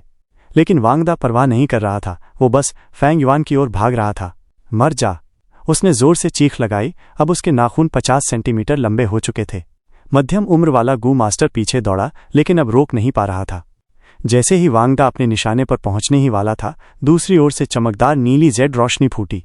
जेड स्किन गू। जिंदगी मौत की घड़ी में फैंग जेंग चिल्ला उठा। तुरंत ही उसकी त्वचा पर जेड जैसी कठोर परत बन गई। वांग दा के नाखूनों ने जेड की परत भेद दी। 1 सेंटीमीटर अंदर घुस गए, लेकिन उसके बाद कुछ नहीं। वो मर गया, आंसुओं से भरा हुआ मर गया। सब खत्म हुआ। फैंग जेंग ने गहरी सांस ली। उसकी आंखें धुंधली हो गईं। फिर उस पर भी चक्कर छा गया। धप, वो भी जमीन पर गिर पड़ा। लव लाइफ सेपरेशन सबसे ताकतवर रैंक 2 पॉइजन था। भले ही उसने पूरी जेड परत नहीं भेदी, लेकिन जहर उसके शरीर में घुस चुका था। कीचड़ के गड्ढे में एक जंगली सुअर पड़ा हुआ था, इतना विशाल जैसे कोई हाथी हो। उसने अपनी आंखें बंद कर रखी थीं, आधा घुटनों पर और आधा लेटा हुआ था। उसकी जोड़ीदार दांत मिट्टी से बिल्कुल साफ और इतने चमकदार थे मानो कोई तेज धार वाली तलवार हो। संध्या की रोशनी उसकी काली फर पर पड़ रही थी। उसका भारी पेट सफ़ेद था और हर सांस के साथ ऊपर नीचे हो रहा था, जिससे सूसू की आवाज़ निकल रही थी। जंगली सुअर का राजा। फांग युआन उससे कई 100 मीटर दूर था, फिर भी उसने बहुत संभलकर हवा की दिशा पकड़कर कदम बढ़ाए। वो मन ही मन सोचने लगा, भले ही अब मैं साधारण जंगली सुअर को मार सकता हूँ, लेकिन इस जंगली सुअर के राजा के सामने तो मुझे भागना ही पड़ेगा। कोई भी साधारण रैंक 2 गू मास्टर भी इसे मार नहीं सकता। अगर उसे इसके शरीर में बसे गू वर्म्स का पता न हो तो उल्टा उसका शिकार बन जाएगा। जानवरों के राजा के शरीर में आमतौर पर गू वर्म्स रहते हैं। इस जंगली सुअर राजा के शरीर में अक्सर बोर गू पाए जाते हैं, जैसे पिंक बोर गू या फ्लावर बोर गू। इसके अलावा बीस्ट स्किन गू या स्पाइक फर वर्म भी हो सकते हैं। इस दुनिया में तरह तरह के गू वर्म्स हैं। सामान्यतः ये गू वर्म्स शक्तिशाली जंगली जानवरों के शरीर में रहते हैं और उन्हीं के साथ जीवन बिताते हैं। जब भी कोई जंगली जानवर हमला झेलता है तो ये गू वर्म्स खतरे को भांपकर उस जानवर की मदद करते हैं और दुश्मन से लड़ते हैं। इस सुअर राजा का शरीर बहुत विशाल था और उसकी ताकत सामान्य सुअर से कई गुना अधिक थी। अकेला फांग युआन इसका मुकाबला नहीं कर सकता था और ऊपर से उसके शरीर में एक या उससे ज्यादा रहस्यमयी गू वर्म्स भी मौजूद थे। लेकिन फांग युआन का इस बार का मकसद सुअर राजा को मारना नहीं था। वो तो बस वांग दा की पीछा से बचना चाहता था। वांग दा को पता था कि फांग युआन के पास बीस्ट स्किन का नक्शा है और इसी जानकारी का फायदा उठाकर फांग युआन सीधा सुअर राजा के खतरे वाले इलाके की तरफ चला गया। जंगली सुअर का राजा भले ही खतरनाक हो, लेकिन आखिरकार वो एक जानवर ही था, इंसान जैसी बुद्धि नहीं थी। बूढ़ा वांग जो एक मॉर्टल था, इस जगह तक आकर सुरक्षित लौट सकता है तो फांग युआन क्यों नहीं कर सकता। उल्टी दिशा में जाना देखने में खतरनाक था, लेकिन असल में उसी में बच निकलने का रास्ता छिपा हुआ था। जैसे जैसे वो आगे बढ़ा, जंगली सुअर राजा पीछे छूटता चला गया। नक्शे पर देखने पर लगता कि फांग युआन ने लाल निशान के चारों ओर एक बड़ा गोला काटते हुए एक अर्धचंद्राकार रास्ता बनाया।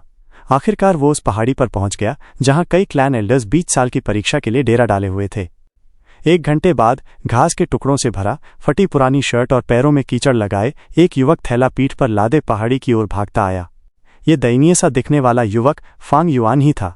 उसने राहत की सांस ली। आखिरकार मैं यहाँ सुरक्षित लौट आया। यहाँ क्लैन एल्डर्स मौजूद हैं, मेरी सुरक्षा सुनिश्चित है। लेकिन अब भी मुझे लापरवाह नहीं होना चाहिए। पहाड़ी पर एक साधारण सा तंबू लगा था और पास ही दर्जनों छात्र थे।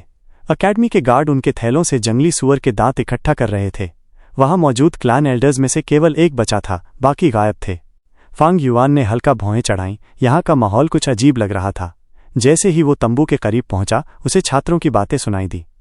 क्या तुमने सुना? थोड़ी देर पहले हमला हुआ था और कई रैंक 2 गू मास्टर्स मारे गए। क्या सच में? हाँ, मैंने अपनी आंखों से देखा कि गु युए फैंगजिंग को कई क्लैन एल्डर्स उठाकर तुरंत ले गए। फैंगजिंग बहुत बदकिस्मत है, परीक्षा के बीच में ही ऐसा हादसा हो गया। अरे तुम नहीं जानते क्या, हमला असल में फैंगजिंग पर ही था, क्योंकि वो ए ग्रेड टैलेंट है। क्या वो मर जाएगा? अगर बच भी गया तो भी उसका असर जरूर पड़ेगा। शायद उसकी टैलेंट इस चोट से कम हो जाए। फांग युआन के कदम थम गए। उसका दिल साफ समझ गया कि असलियत क्या थी। वांगदा मेरा पीछा कर रहा था, मुझे मारकर अपने परिवार का बदला लेना चाहता था, लेकिन मैंने रास्ता बदलकर सुअर राजा के इलाके की ओर रुख कर लिया। वांगदा ने इसकी एक्सपेक्ट नहीं की थी और गलती से फांगझेंग को ढूंढ लिया। उसे जानकारी उन शिकारियों से मिली थी और उसे ये नहीं पता था कि मेरा एक जुड़वा भाई भी है। उसने फांगझेंग को मुझे समझ लिया और उसे मारने की कोशिश की, लेकिन आसपास मौजूद गू मास्टर्स ने उसे रोक दिया। अब सवाल यह है कि वांगदा मरा या नहीं। फांग युआन ने गहरी सोच में माथा सिकोड़ लिया। वांगदा अगर बच निकला, वांगदा अगर पकड़ा गया, वांगदा अगर मारा गया, ये तीनों संभावनाएं मेरे आने वाले कदमों को बहुत प्रभावित करेंगी। कुछ देर सोचकर उसने अपने पहले से तय योजना पर टिके रहने का निश्चय किया। उधर अकेडमी एल्डर का चेहरा बहुत गुस्से से भरा हुआ था। फांगझेंग पर हमला हो गया था। बिना किसी प्रूफ या एविडेंस के वो ये अंदाजा भी नहीं लगा सकता था कि फांगझेंग दरअसल फांग युआन का बलि का बकरा बन गया है। उसने तो बस बाई क्लान और शोंग क्लान को ही शक किया। पिछले 3 सालों में गु युए क्लान का एकमात्र ए ग्रेड टैलेंट फांगझेंग ही था। बाई क्लान और श्योंग क्लान उसे बड़ा होने नहीं देते। अपने जीनियस छात्रों को बढ़ने से रोकने के लिए वे भी असैसिन भेजते हैं। यहाँ तक कि खुद गु युए क्लान भी यही करता है, गुप्त रूप से अपने गु मास्टर्स भेजकर दूसरे क्लान के टैलेंटेड छात्रों को खत्म करने की कोशिश करता है। असैसिन मारा जा चुका था, लेकिन सवाल ये था कि फांगझेंग की चोटें कितनी गंभीर हैं। एल्डर सोच में ही था कि तभी उसका सहायक एक कागज का टुकड़ा लेकर आया। उसने बिना ध्यान दिए पढ़ना शुरू किया। इस साल की परीक्षा में नतीजे इस प्रकार हैं: गु युए चीचेंग 16 दांत, गु युए मो बे 14 दांत। आसपास खड़े छात्रों का ध्यान तुरंत वहीं टिक गया। नतीजे साफ थे। डी ग्रेड छात्र अगर मिलकर भी कोशिश करें तो 3-4 दांत से ज्यादा नहीं ला सकते। बी और सी ग्रेड छात्र 8-9 दांत तक ला पाते हैं। जिनके पास 10 से ज्यादा दांत हैं वही अच्छे प्रदर्शन वाले माने जाते हैं। सबसे अच्छा प्रदर्शन गु युए चीचेंग का रहा, 16 दांत। उसके बाद मो बे और फांगझेंग 10 दांत लेकर आया। चीचेंग के चेहरे पर गर्व भरी मुस्कान थी। उसे किस्मत से फायदा मिला था। उसने 2 सुअरों को आपस में लड़ते देखा और आसानी से इनाम पा गया। मोबे के मन में खींच थी कि उसे चीचेंग ने पीछे छोड़ दिया। अकेडमी एल्डर ने घोषणा की, इस परीक्षा का पहला स्थान जाता है। रुको! अचानक फांग युआन आगे बढ़ा। चीचेंग तुरंत चिल्लाया, फांग युआन तुम देर से आए हो। परीक्षा 1 घंटे पहले खत्म हो चुकी है। नियमों के अनुसार तुम्हारे दांतों में से 4 घटाए जाएंगे। फांग युआन ने उसकी बात को अनसुना किया। उसने अपना थैला खोला, नीचे से पकड़ा और सारा सामान उलटकर जमीन पर डाल दिया। खड़ाक! दर्जनों सुअर के दांत उसके पैरों के पास ढेर हो गए। चीचेंग का मुंह खुला का खुला रह गया। मोबे और बाकी सबकी आंखें फटी की फटी रह गईं। इतने सारे कैसे? यह तो हद है। अकेडमी एल्डर भी हैरानी से बोला, फांग युआन, क्या तुमने ये सब खुद मारे? फांग युआन ने हाथ जोड़कर कहा, मैंने खुद सिर्फ दर्जन भर दांत ही पाए थे, लेकिन मुझे एक थैला मिला जिसमें शायद शिकारियों ने दांत छिपा रखे थे। मैंने सोचा परीक्षा का नियम था ज्यादा से ज्यादा दांत लाना, ये तो लिखा नहीं था कि खुद मारकर ही लाना होगा, इसलिए मैं इन्हें यहाँ लेकर आया। उसकी बात खत्म होते ही भीड़ में हलचल मच गई। ये कैसे हो सकता है? ये तो किस्मत की हद है। ये तो नकली लगता है। क्या सवाल पहले से लीक हो गए थे? अकेडमी एल्डर ने फांग युआन को गौर से देखा, फिर ऐलान किया, इस परीक्षा में पहला स्थान फांग युआन का है। परिवार प्रमुख के कमरे में माहौल भारी था। गु युए बो सबसे आगे की कुर्सी पर बैठे थे और दर्जन भर एल्डर्स दोनों तरफ पंक्तिबद्ध बैठे थे। सबके चेहरे गुस्से से भरे थे। गु युए बो ने क्लान की सबसे बड़ी वैद्य महिला से पूछा, गु युए याओजी, तुम हमारी सबसे बड़ी हीलर हो, बताओ फांगझेंग की हालत कैसी है? गु युए याओजी एक बूढ़ी औरत थी, झुकी हुई कमर और चेहरे पर पेड़ की छाल जैसी झुर्रियां। वो 2 बार खांसी और धीरे धीरे बोली, क्लैन हेड को रिपोर्ट है कि उसकी हालत अब स्थिर है। उसकी जान को अब कोई खतरा नहीं है, लेकिन अभी भी सो रहा है। उसकी टैलेंट इस चोट से कम नहीं हुई है। गु युए बो ने राहत की सांस ली। अच्छा है अगर टैलेंट नहीं घटी। फिर उन्होंने सजा विभाग वाले एल्डर से पूछा, अस्सासिन की जानकारी निकली?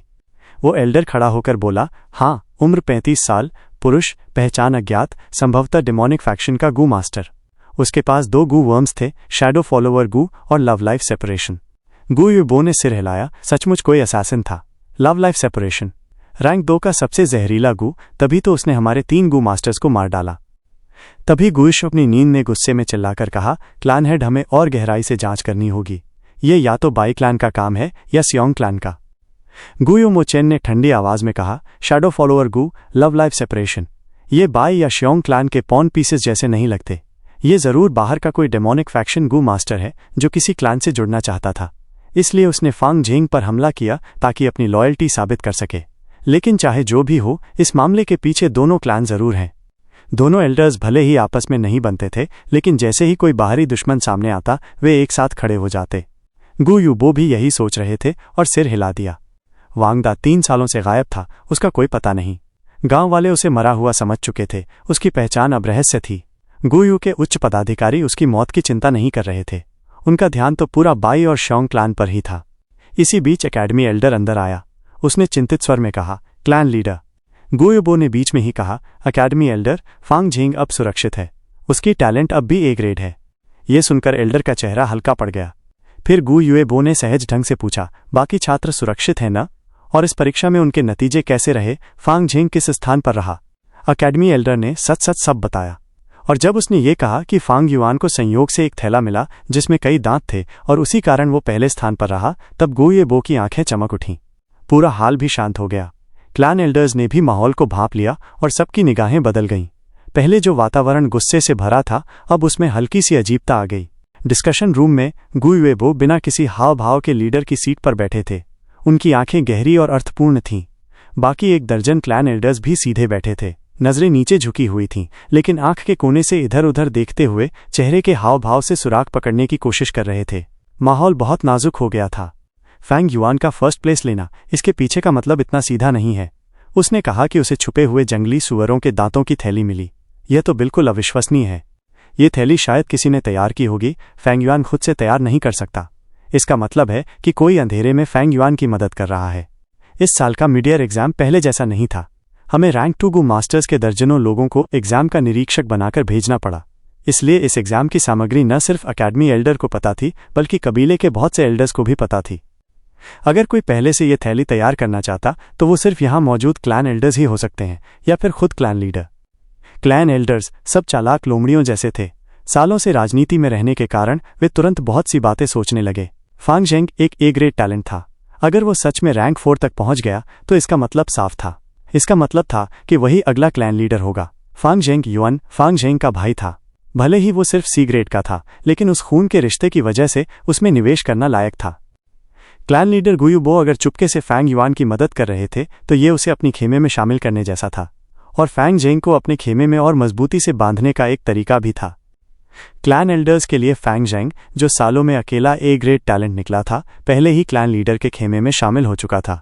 अगर उसे पाला गया तो क्लैन लीडर का खेमा और भी मजबूत हो जाता। लेकिन अगर एल्डर्स फैंग युआन को अपने पाले में कर लेते और उसके भाई होने के नाते फैंग झेंग पर पकड़ बनाते तो ये उनके लिए एक अच्छा मोहरा साबित होता। इसलिए इस हॉल में बैठे 10 से ज्यादा लोग, सबके पास फैंग युआन की मदद करने का मकसद था। लेकिन कौन? गुयुए चिलियान गहराई से सोचने लगे। मैंने फैंग युआन को भर्ती नहीं किया तो आखिर कौन उसकी मदद कर रहा है? क्या वो मो चेन बूढ़ा आदमी है? हाँ, संभव है। भले ही फैंग युआन ने उसके परिवार के सेवक को मार दिया हो, लेकिन सेवक तो सेवक ही है। सब भी मर जाएं तो उसे क्या फर्क पड़ेगा? क्लैन लीडर भी संभव है। उन्होंने फैंग झेंग को अपने खेमे में लिया है। अगर फैंग युआन को भी भर्ती कर लिया तो फैंग झेंग पर उनका नियंत्रण और बढ़ जाएगा। लेकिन पहले तो हमेशा साल के आखिर में ही भर्ती किया जाता है। मिड ईयर में ऐसा करना नियमों को तोड़ने जैसा है। पूरी तरह नियम तोड़ना तो नहीं है, लेकिन टेढ़ी चाल चलने जैसा जरूर है। आखिर कौन है जो फैंग युआन को मुझसे भी ज्यादा महत्वपूर्ण समझ रहा है? उधर गुयुए मोचेन भी सोच रहे थे। सच तो ये था कि फैंग युआन ने गाओ वान को मारकर उसका कटा हुआ शव भेजा था, तब से उनका प्रभाव बदल गया था। तभी से उनके मन में भी उसे भर्ती करने का विचार आया था। लेकिन ऐसी बातें सिर्फ साल के अंत में होती थी, जब छात्र एकेडमी से पास होते थे। फैंग युआन का पहले ही भर्ती हो जाना मोचेन के लिए एक आश्चर्य था। गुयुबो की नजरें गुयुए मोचेन और गुयुए चिलियान, इन दोनों शक्तिशाली एल्डर्स पर टिक गईं। इस क्लैन लीडर की दृष्टि और गहरी थी। फैंग युआन ने खुलेआम झूठ बोला और फर्स्ट प्लेस हासिल किया। इस काम का मतलब था बेखौफ होना और सबको ये संकेत देना कि मैं फैंग युआन की सुरक्षा कर रहा हूँ। वो अब मेरा सदस्य है और तुम सब उसे छूना मत। तो आखिर वो व्यक्ति कौन था? गुयुए क्लान की राजनीति 3 हिस्सों में बटी हुई थी। क्लान लीडर के खेमे के अलावा गुयुए चिलियान का ची फैमिली और गुयुए मो चेन का मो फैमिली। गुयुबो जानते थे कि उन्होंने खुद कोई कदम नहीं उठाया, तो सबसे बड़े संदिग्ध चिलियन और मो चेन ही थे। ये दोनों बूढ़े, अब तो उनकी अदाकारी भी बेहतर हो गई है। उनके चेहरे के भाव देखकर कुछ भी समझ नहीं आ रहा, कहीं सच में ये किसी और छोटी खेमे का काम तो नहीं।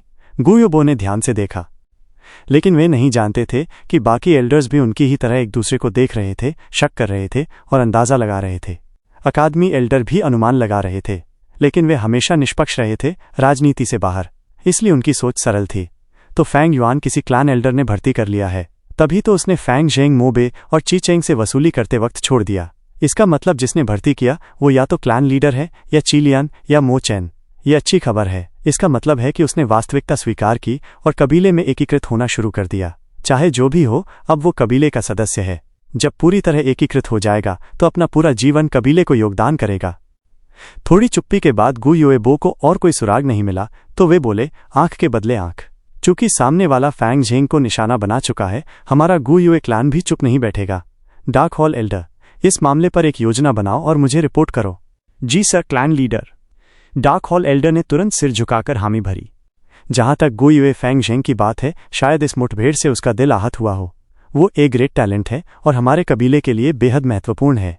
अब से मैं उसे व्यक्तिगत रूप से सिखाऊंगा, गुयुएबो ने कहा। कोई एल्डर विरोध नहीं कर पाया। कई लोग जानते थे कि क्लैन लीडर पहले ही चुपके से फैंग झेंग को बहुत फायदे दे रहे थे। अब ये खुलेआम बोलने पर भी निष्पक्षता के नियमों का उल्लंघन होने के बावजूद एल्डर्स उसे रोक नहीं सकते थे। जहां तक गुयुए फैंग युआन की बात है, गुयुएबो ने अपनी बात लंबी खींची। तुरंत ही सारे एल्डर्स ने पूरा ध्यान उनकी तरफ लगाया। क्या क्लैन लीडर खुद इशारा दे रहे थे कि वही चुपके से फैंग युआन की मदद कर रहे हैं? गुयुश अपनी नींद में चले गए हाव भाव देखे, लेकिन वो निराश ही हुए। आखिरकार वे बोले, उसकी सी ग्रेड टैलेंट होते हुए भी उसने फर्स्ट प्लेस हासिल किया। ये आसान नहीं है, इसलिए मेरी तरफ से मैं उसे 30 प्राइमेवल स्टोन्स इनाम देता हूँ। एकेडमी एल्डर, उसे मेरा संदेश दे दो कि वो मेहनत जारी रखे। जी क्लैन लीडर, एकेडमी एल्डर ने झुककर आदेश स्वीकार किया। सिर्फ 30 प्राइमेवल स्टोन्स का साधारण इनाम, इसका क्या मतलब हुआ? एल्डर्स ने माथे पर बल डाले। कोई बात नहीं, जिसने भी फैंग युआन को मिलाया, ये 30 प्राइमेवल स्टोन्स मेरी तरफ से सद्भावना का इजहार है। आखिर बाई और शोंग क्लैन भी हैं, गुयू के अलावा। गुयुबो ने मन ही मन आह भरी। फांग जेंग को बाहरी दुश्मनों ने मारने की कोशिश की थी। फांग युआन की धोखाधड़ी आंतरिक संघर्ष थी। बाहरी दुश्मनों के खिलाफ तो कड़ा जवाब देना जरूरी था, लेकिन आंतरिक संघर्ष के मामले में गुयुबो ने नरमी दिखाई ताकि कबीले में ज्यादा टकराव ना हो और पूरी ताकत कमजोर ना पड़े। ठीक है, ये मामला यहीं खत्म। अब सब अपने काम में लगो। कबीले की समृद्धि तुम्हारी कार्यक्षमता पर टिकी है। गुयुएबो ने हाथ हिलाकर सभा खत्म कर दी। जी क्लैन लीडर, हम चलते हैं। एल्डर्स एक एक करके चले गए। कुछ ही सांसों में सिर्फ गुयुएबो ही कमरे में रह गए। उन्होंने गहरी सांस ली और अपनी कनपटियों को उंगलियों से रगड़ा। क्लैन लीडर होने के बावजूद जिनके पास सबसे ज्यादा अधिकार था, इसका मतलब ये नहीं था कि उनका जीवन आसान था। उन्हें खेमों के हितों का समन्वय करना पड़ता था और मनमर्जी से कुछ नहीं कर सकते थे। कबीले की ताकत कई पीढ़ियों की जड़ों से आपस में गूंथी हुई थी, जो एक दूसरे को रोकती रहती थी। बाहर से उन्हें घमंडी और रूखे श्योंग क्लैन विलेज और धीरे धीरे उठते बाई क्लैन विलेज से निपटना पड़ता था। अंदर उन्हें कबीले की उलझी हुई राजनीति सुलझानी पड़ती थी। भले ही वे अधेड़ उम्र के थे, लेकिन सिर में सफेद बाल छा गए थे। क्लैन लीडर बनने के इन सालों में संसाधन तो बहुत मिले, लेकिन मेरी खेती मुश्किल से आगे बढ़ी। मेरा दिल इन झंझटों से थक गया है। कई बार तो लगता है काश मैं अकेला किसान होता, आज़ाद और बेफिक्र। तब मैं तेजी से आगे बढ़ पाता और खेती की राह में बहुत दूर निकल जाता। गुयुएबो ने मन में सोचा। क्लैन सिस्टम में रहते हुए जिम्मेदारियां आ ही जाती हैं। जिम्मेदारियां आने पर मन लगाकर खेती करना आसान नहीं होता। दूसरी तरफ सिस्टम से बाहर रहकर कबीले के संसाधन नहीं मिलते और संसाधनों के बिना खेती रुक जाती है। ये एक विरोधाभास था, एक अजीब जाल। इसी जाल में कई लोगों का भविष्य बर्बाद हो गया। अनगिनत प्रतिभाएं और जीनियस दफन हो गए। वांग डा मर चुका था। 3 दिन बाद फैंग युआन को ये खबर मिली। उसी समय उसे जियांग हे से यह भी पता चला कि 2 युवा शिकारी पहाड़ों में शिकार करते हुए गायब हो गए और जिस शिकारी का दायां हाथ फैंग युआन ने तोड़ा था, उसने अपने घर में आत्महत्या कर ली। जियांग हे ने जब ये खबर सुनाई तो फैंग युआन की तरफ कुछ मतलब भरी नजर से देखा। उसने वांगडा की लाश देखी थी, इसलिए पहचान गया था, लेकिन उसकी असली पहचान बताने की हिम्मत नहीं हुई। वो तैनात गुमास्टर था और उसकी जिम्मेदारी थी। सिस्टम में रहकर चाहे जो भी पद हो, जिम्मेदारी निभानी ही पड़ती है। वांग दा 3 साल से दुष्ट गु किसान था और जियांग ही ने जांच नहीं की। अगर ये बात खुल जाती तो उसके करियर का सबसे बड़ा दाग बन जाता और कबीले में उसका भविष्य खत्म हो जाता। इसीलिए 3 शिकारियों की अजीब मौतें उसने दबा दी। फैंग युआन, चूंकि हम परिचित हैं, अब से जब भी तुम मेरे चचेरे भाई जियांग या की दुकान से सामान खरीदोगे तुम्हें 50% छूट मिलेगी। एक दिन जियांग हे ने फैंग युआन से कहा। बाकी सब मर चुके थे, अब ये राज सिर्फ जियांग हे और फैंग युआन जानते थे। लेकिन अगर बात खुल भी जाती तो फैंग युआन पर इसका बड़ा असर नहीं होता। उसने सिर्फ 3 गांव के सेवकों को मारा था, और अगर 30 भी मार देता तो कबीला बस उससे कुछ प्राइमीवल स्टोन्स जुर्माना लेकर छोड़ देता। जियांग हे की ये रिश्वत फैंग युआन ने आराम से स्वीकार कर ली। उसके लिए ये घटना भले ही खतरों और आश्चर्यों से भरी थी, लेकिन नतीजा अच्छा ही निकला। इस घटना के बाद कबीले में बिना किसी नींव के फैंग युआन को आधा साथी मिल गया और एक ऐसे खेमे का सहारा भी जो असल में था ही नहीं। यही रहस्यमयी समर्थक फैंग युआन की दूसरी सुरक्षा जाल बन गया। जब वो धीरे धीरे अपनी ताकत दिखाएगा तब ये सुरक्षा जाल उसके लिए महत्वपूर्ण साबित होगी। कम से कम रैंक 2 तक खेती करने में कोई बड़ा विरोध नहीं मिलेगा। अब उसे साफ महसूस हो रहा था कि एकेडमी एल्डर का रवैया भी उसके प्रति बदलकर ज्यादा दोस्ताना हो गया है। 10 दिन पलक झपकते बीत गए। गुयुए फैंगजेंग और मोबे के आगे बढ़ने के बाद फैंग युआन और ची चेंग ने भी लगभग एक साथ रैंक 1 अपर स्टेज सफलतापूर्वक आगे बढ़ा लिया। हालांकि वसूली अभी भी जारी थी, लेकिन उसने अब फैंगजेंग, मोबे और ची चेंग से प्राइमीवल स्टोन्स लेना बंद कर दिया और खुद को कम महत्वपूर्ण रखना शुरू किया। वहीं उसकी ताकत तेजी से बढ़ रही थी, पिछली जिंदगी से कई गुना तेज। समय बिल्कुल उस सफेद घोड़े की तरह भाग गया जो किसी दरार से निकल जाता है। गर्मी चली गई और पतझड़ आ गया। उसी दीवारों से घिरे रास्ते में फैंग युआन फिर से उस विशाल चट्टान के सामने खड़ा था जो रास्ता रोक रही थी। मौसम ठंडा हो गया था, इसलिए उसने साधारण लंबे बाजू वाला कपड़ा पहना हुआ था, लेकिन अब उसका शरीर कुछ महीने पहले की तरह दुबला पतला नहीं था। उसकी छाती, दोनों बाजू, पैर और पेट पर साफ साफ मांसपेशियां उभर आई थीं। ये मांसपेशियां किसी पत्थर जैसी भद्दी नहीं बल्कि सुडौल और लहराती हुई दिख रही थीं। फैंग युआन का शरीर धीरे धीरे विकसित हो रहा था और उसके गोरे रंग के साथ मिलकर ये उसे एक जवान जिंदा दिल रूप दे रहा था। उसने मन ही मन सोचा, 3 दिन पहले से व्हाइट बोर गू ने मेरी ताकत बढ़ाना बंद कर दिया है।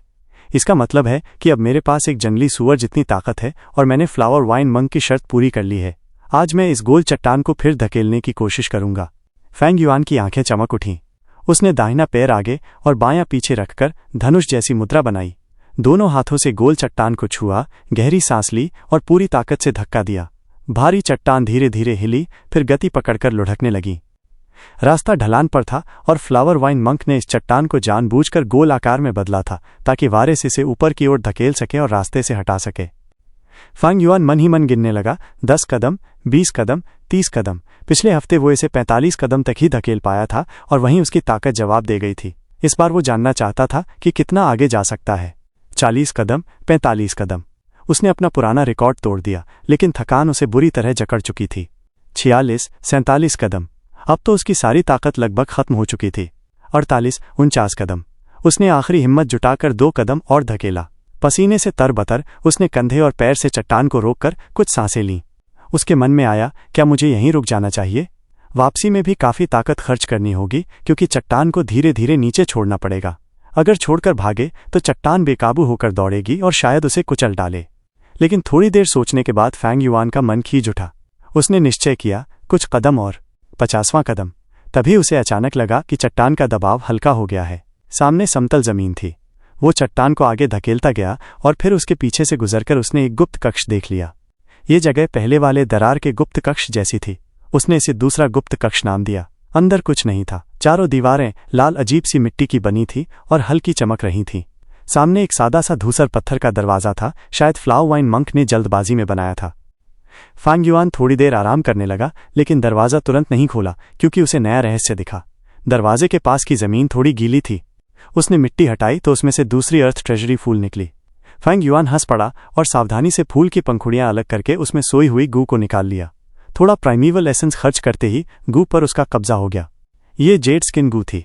इसका रूप एक चपटी खटमल जैसा था, छोटे सिर वाला, हरा अंडाकार शरीर और हल्की जेड जैसी चमक निकल रही थी। फैंग युआन ने सोचा, व्हाइट बोर गू तो मेरे पास है, अब मैं सोच रहा था कि जेड स्किन गू कहाँ से मिले ताकि व्हाइट जेड गू बना सकूं। पता चला कि फ्लावर वाइन मंक ने ये पहले से ही मेरे लिए रख दी थी। ये फैंग युआन की छठी गू थी। पहले की 5 गू में कोई भी रक्षा देने वाली नहीं थी। अब जेड स्किन गू से उसकी ये कमी पूरी हो गई। कई बार रक्षा ही आक्रमण होती है, ये समझना मुश्किल नहीं। उदाहरण के लिए फैंग युआन की ताकत अब एक सूअर जितनी है, वो चाहे तो एक मुक्के से पत्थर तोड़ सकता है, लेकिन अगर उसकी रक्षा न हो तो उसी मुक्के से उसके हाथ लहूलुहान हो जाएंगे। अब जेड स्किन गू उसकी ताकत के साथ सुरक्षा भी देगी, लेकिन हर चीज के फायदे और नुकसान होते हैं। जेड स्किन गू रैंक 1 की बेहतरीन रक्षा वाली गू थी, लेकिन इसका खाना बहुत महंगा था। हर 10 दिन में 2 जेड पत्थर चाहिए होते थे, और ये पत्थर बाजार में बहुत महंगे और मुश्किल से मिलने वाले थे। फैंग झेंग के पास भी जेड स्किन गू थी, लेकिन उसके पास क्लैन लीडर का सहारा था जो उसे जेड पत्थर देता था। फैंग युआन को तो बाजार से खरीदना पड़ता और इससे उसकी पहचान उजागर होने का खतरा रहता। उसने मन ही मन सोचा, व्हाइट बोर गू को खिलाने के लिए मुझे बार बार जंगली सुअर मारने पड़ते हैं, वो पहले से ही मुश्किल है। अब ये जेड स्किन गू भी आ गई तो क्या मुझे खदानों में जाकर पत्थर खोदने होंगे? थोड़ा कड़वा हंसते हुए उसने जेड स्किन गू को अपने अपर्चर में सुरक्षित कर दिया और फिर धीरे धीरे पत्थर का दरवाज़ा खोला। दरवाज़ा बहुत भारी था, लेकिन व्हाइट बोर गू की ताकत से वो धीरे धीरे खुल गया। जैसे ही दरवाज़ा खुला, फैंग युआन की आंखों के सामने एक विशाल दृश्य फैल गया। अब ये कोई संकरा रास्ता या छोटा गुप्त कक्ष नहीं था, बल्कि एक बहुत बड़ा भूमिगत पत्थरों का जंगल था। उसने अंदाज़ा लगाया कि इसका आकार 30 MU से भी ज़्यादा होगा, जबकि धरती पर एक फुटबॉल का मैदान सिर्फ 11 मुंह का होता है। उसने चारों तरफ देखा। पत्थरों की दीवारें लगभग 16 मीटर ऊंची थीं और ऊपर की छत भी पत्थर की बनी थी। ऊपर से बड़े बड़े गहरे लाल खंभे लटके हुए थे, जिनसे हल्की रोशनी निकल रही थी, ठीक वैसी ही जैसी गुप्त कक्ष और रास्ते में थी। ये खंभे किसी पेड़ के उल्टे तने जैसे लग रहे थे, लेकिन बिना शाखाओं के। इनकी सतह पर असंख्य अंधेरी खोहें थीं। फैंग युआन को अंदाजा हो गया कि फ्लावर वाइन मंक ने जेड स्किन गू यहाँ क्यों रखी थी। उसने दाहिने हाथ से मून ब्लेड निकाली और एक खो पर फेंकी।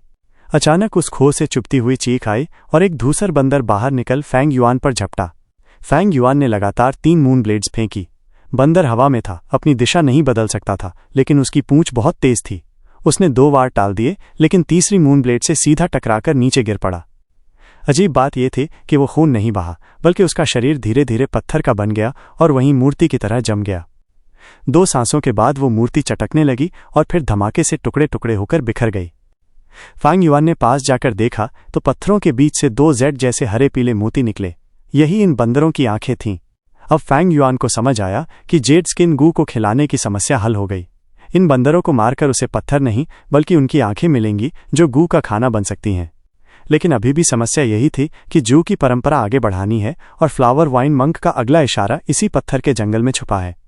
वो धीरे धीरे आगे बढ़ा और 7वें कदम पर ही सबसे पास वाले खंभे की अंधेरी खोहों में से अनगिनत हरी चमकती आंखें झांकने लगीं। उसके माथे पर पसीना छलक आया और वो तुरंत पीछे हट गया। आंखें धीरे धीरे गायब हो गईं। स्पष्ट था कि हर जोड़ी आंखें एक जेड आईस्टोन मंकी की थी। ये बंदर बेहद फुर्तीले थे। एक बंदर को मारने में फैंग युआन को 4 मून ब्लेड्स लगाने पड़ते। एक खंभे पर 100 से ज्यादा बंदर थे और पूरे जंगल में कितने होंगे कहना मुश्किल था। फैंग युआन जानता था कि उसकी मौजूदा ताकत 4 बंदरों से ही हार सकती है। जेड स्किन गू मिलाकर वो 12 तक संभाल सकता है। सौभाग्य से ये बंदर आमतौर पर अपनी खो में ही रहते हैं और जब भूख प्यास लगे तो पत्थर खाते हैं। जब तक कोई उनके 10 मीटर के अंदर न जाए या जानबूझकर उकसाए नहीं, वे बाहर नहीं निकलते। धरती की भाषा में कहें तो ये आलसी और गुफा में रहने वाले बंदरों का झुंड था। पतझड़ की ठंडी हवा चारों तरफ सरसराने लगी थी। लाल पत्ते बेमकसद उड़ते फिर रहे थे। जंगली घास पीली पड़ चुकी थी और पेड़ों की डालियों पर चमकते लाल और नारंगी रंग के फल झूल रहे थे। हुरम्फ की आवाज के साथ एक काले रंग का जंगली सूअर चारों पैरों से जमीन पर दौड़ता आया। उसकी खाल खड़ी थी। पहाड़ की सतह पर गिरे हुए पत्तों की मोटी परत बिछी हुई थी। सूअर जैसे ही आगे बढ़ा, उसकी रफ्तार से हवा उठी और गिरे हुए पत्ते उसके पीछे उड़ने लगे। फैंग युआन चुपचाप खड़ा था। उसके चेहरे पर ठंडा और सोच समझकर आंका हुआ भाव था। जैसे ही सूअर पास आया, मारना है। उसने एक बड़ा कदम आगे बढ़ाया और फिर दोनों पैर जमीन पर मजबूती से जमा दिए। वो बिल्कुल भी नहीं हटा, सीधा सूअर का सामना किया। सूअर के 2 सफ़ेद दांत हवा को चीरते हुए घातक इरादे से आए।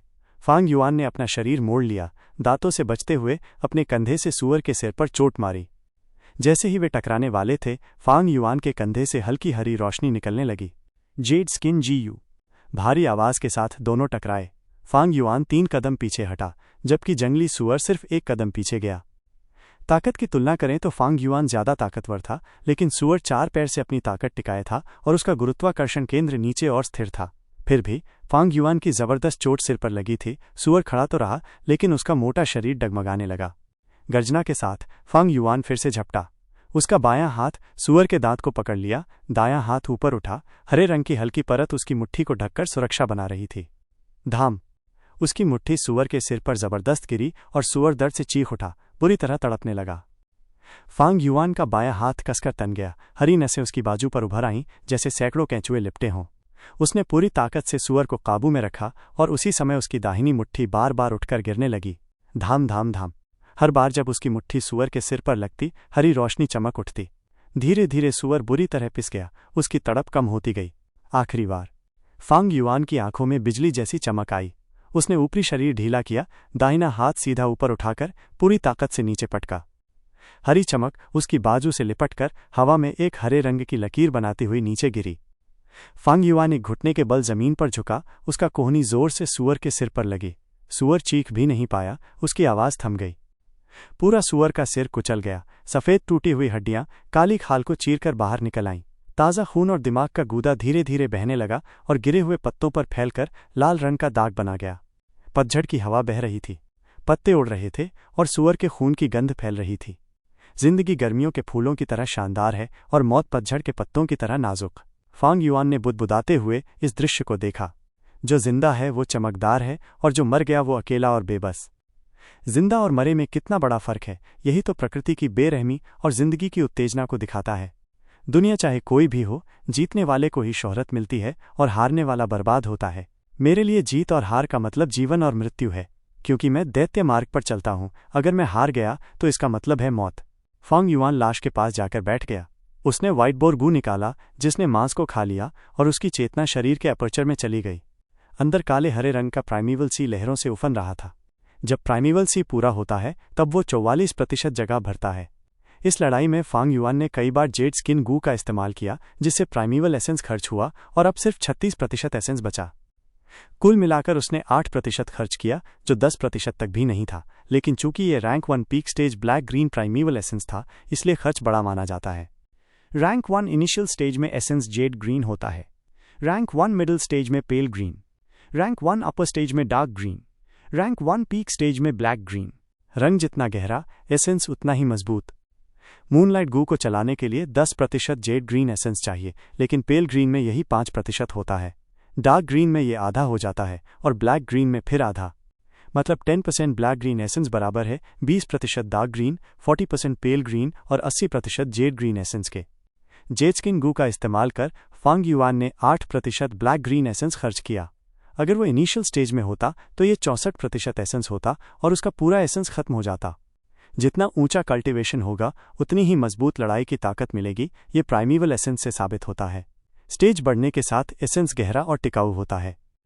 मेरा black green primeval essence upper stage primeval essence से लिकर वर्म द्वारा रिफाइन किया गया है। ये फैंग जेंग जैसा नहीं है जो अभी रैंक 1 पीक स्टेज तक पहुंच चुका है। ये सोचकर फांग युआन की आंखें चमक उठीं। समय उड़ गया, अब देर पतझड़ आ चुका था। वांग दा की हत्या की कोशिश को 2 महीने गुजर चुके थे।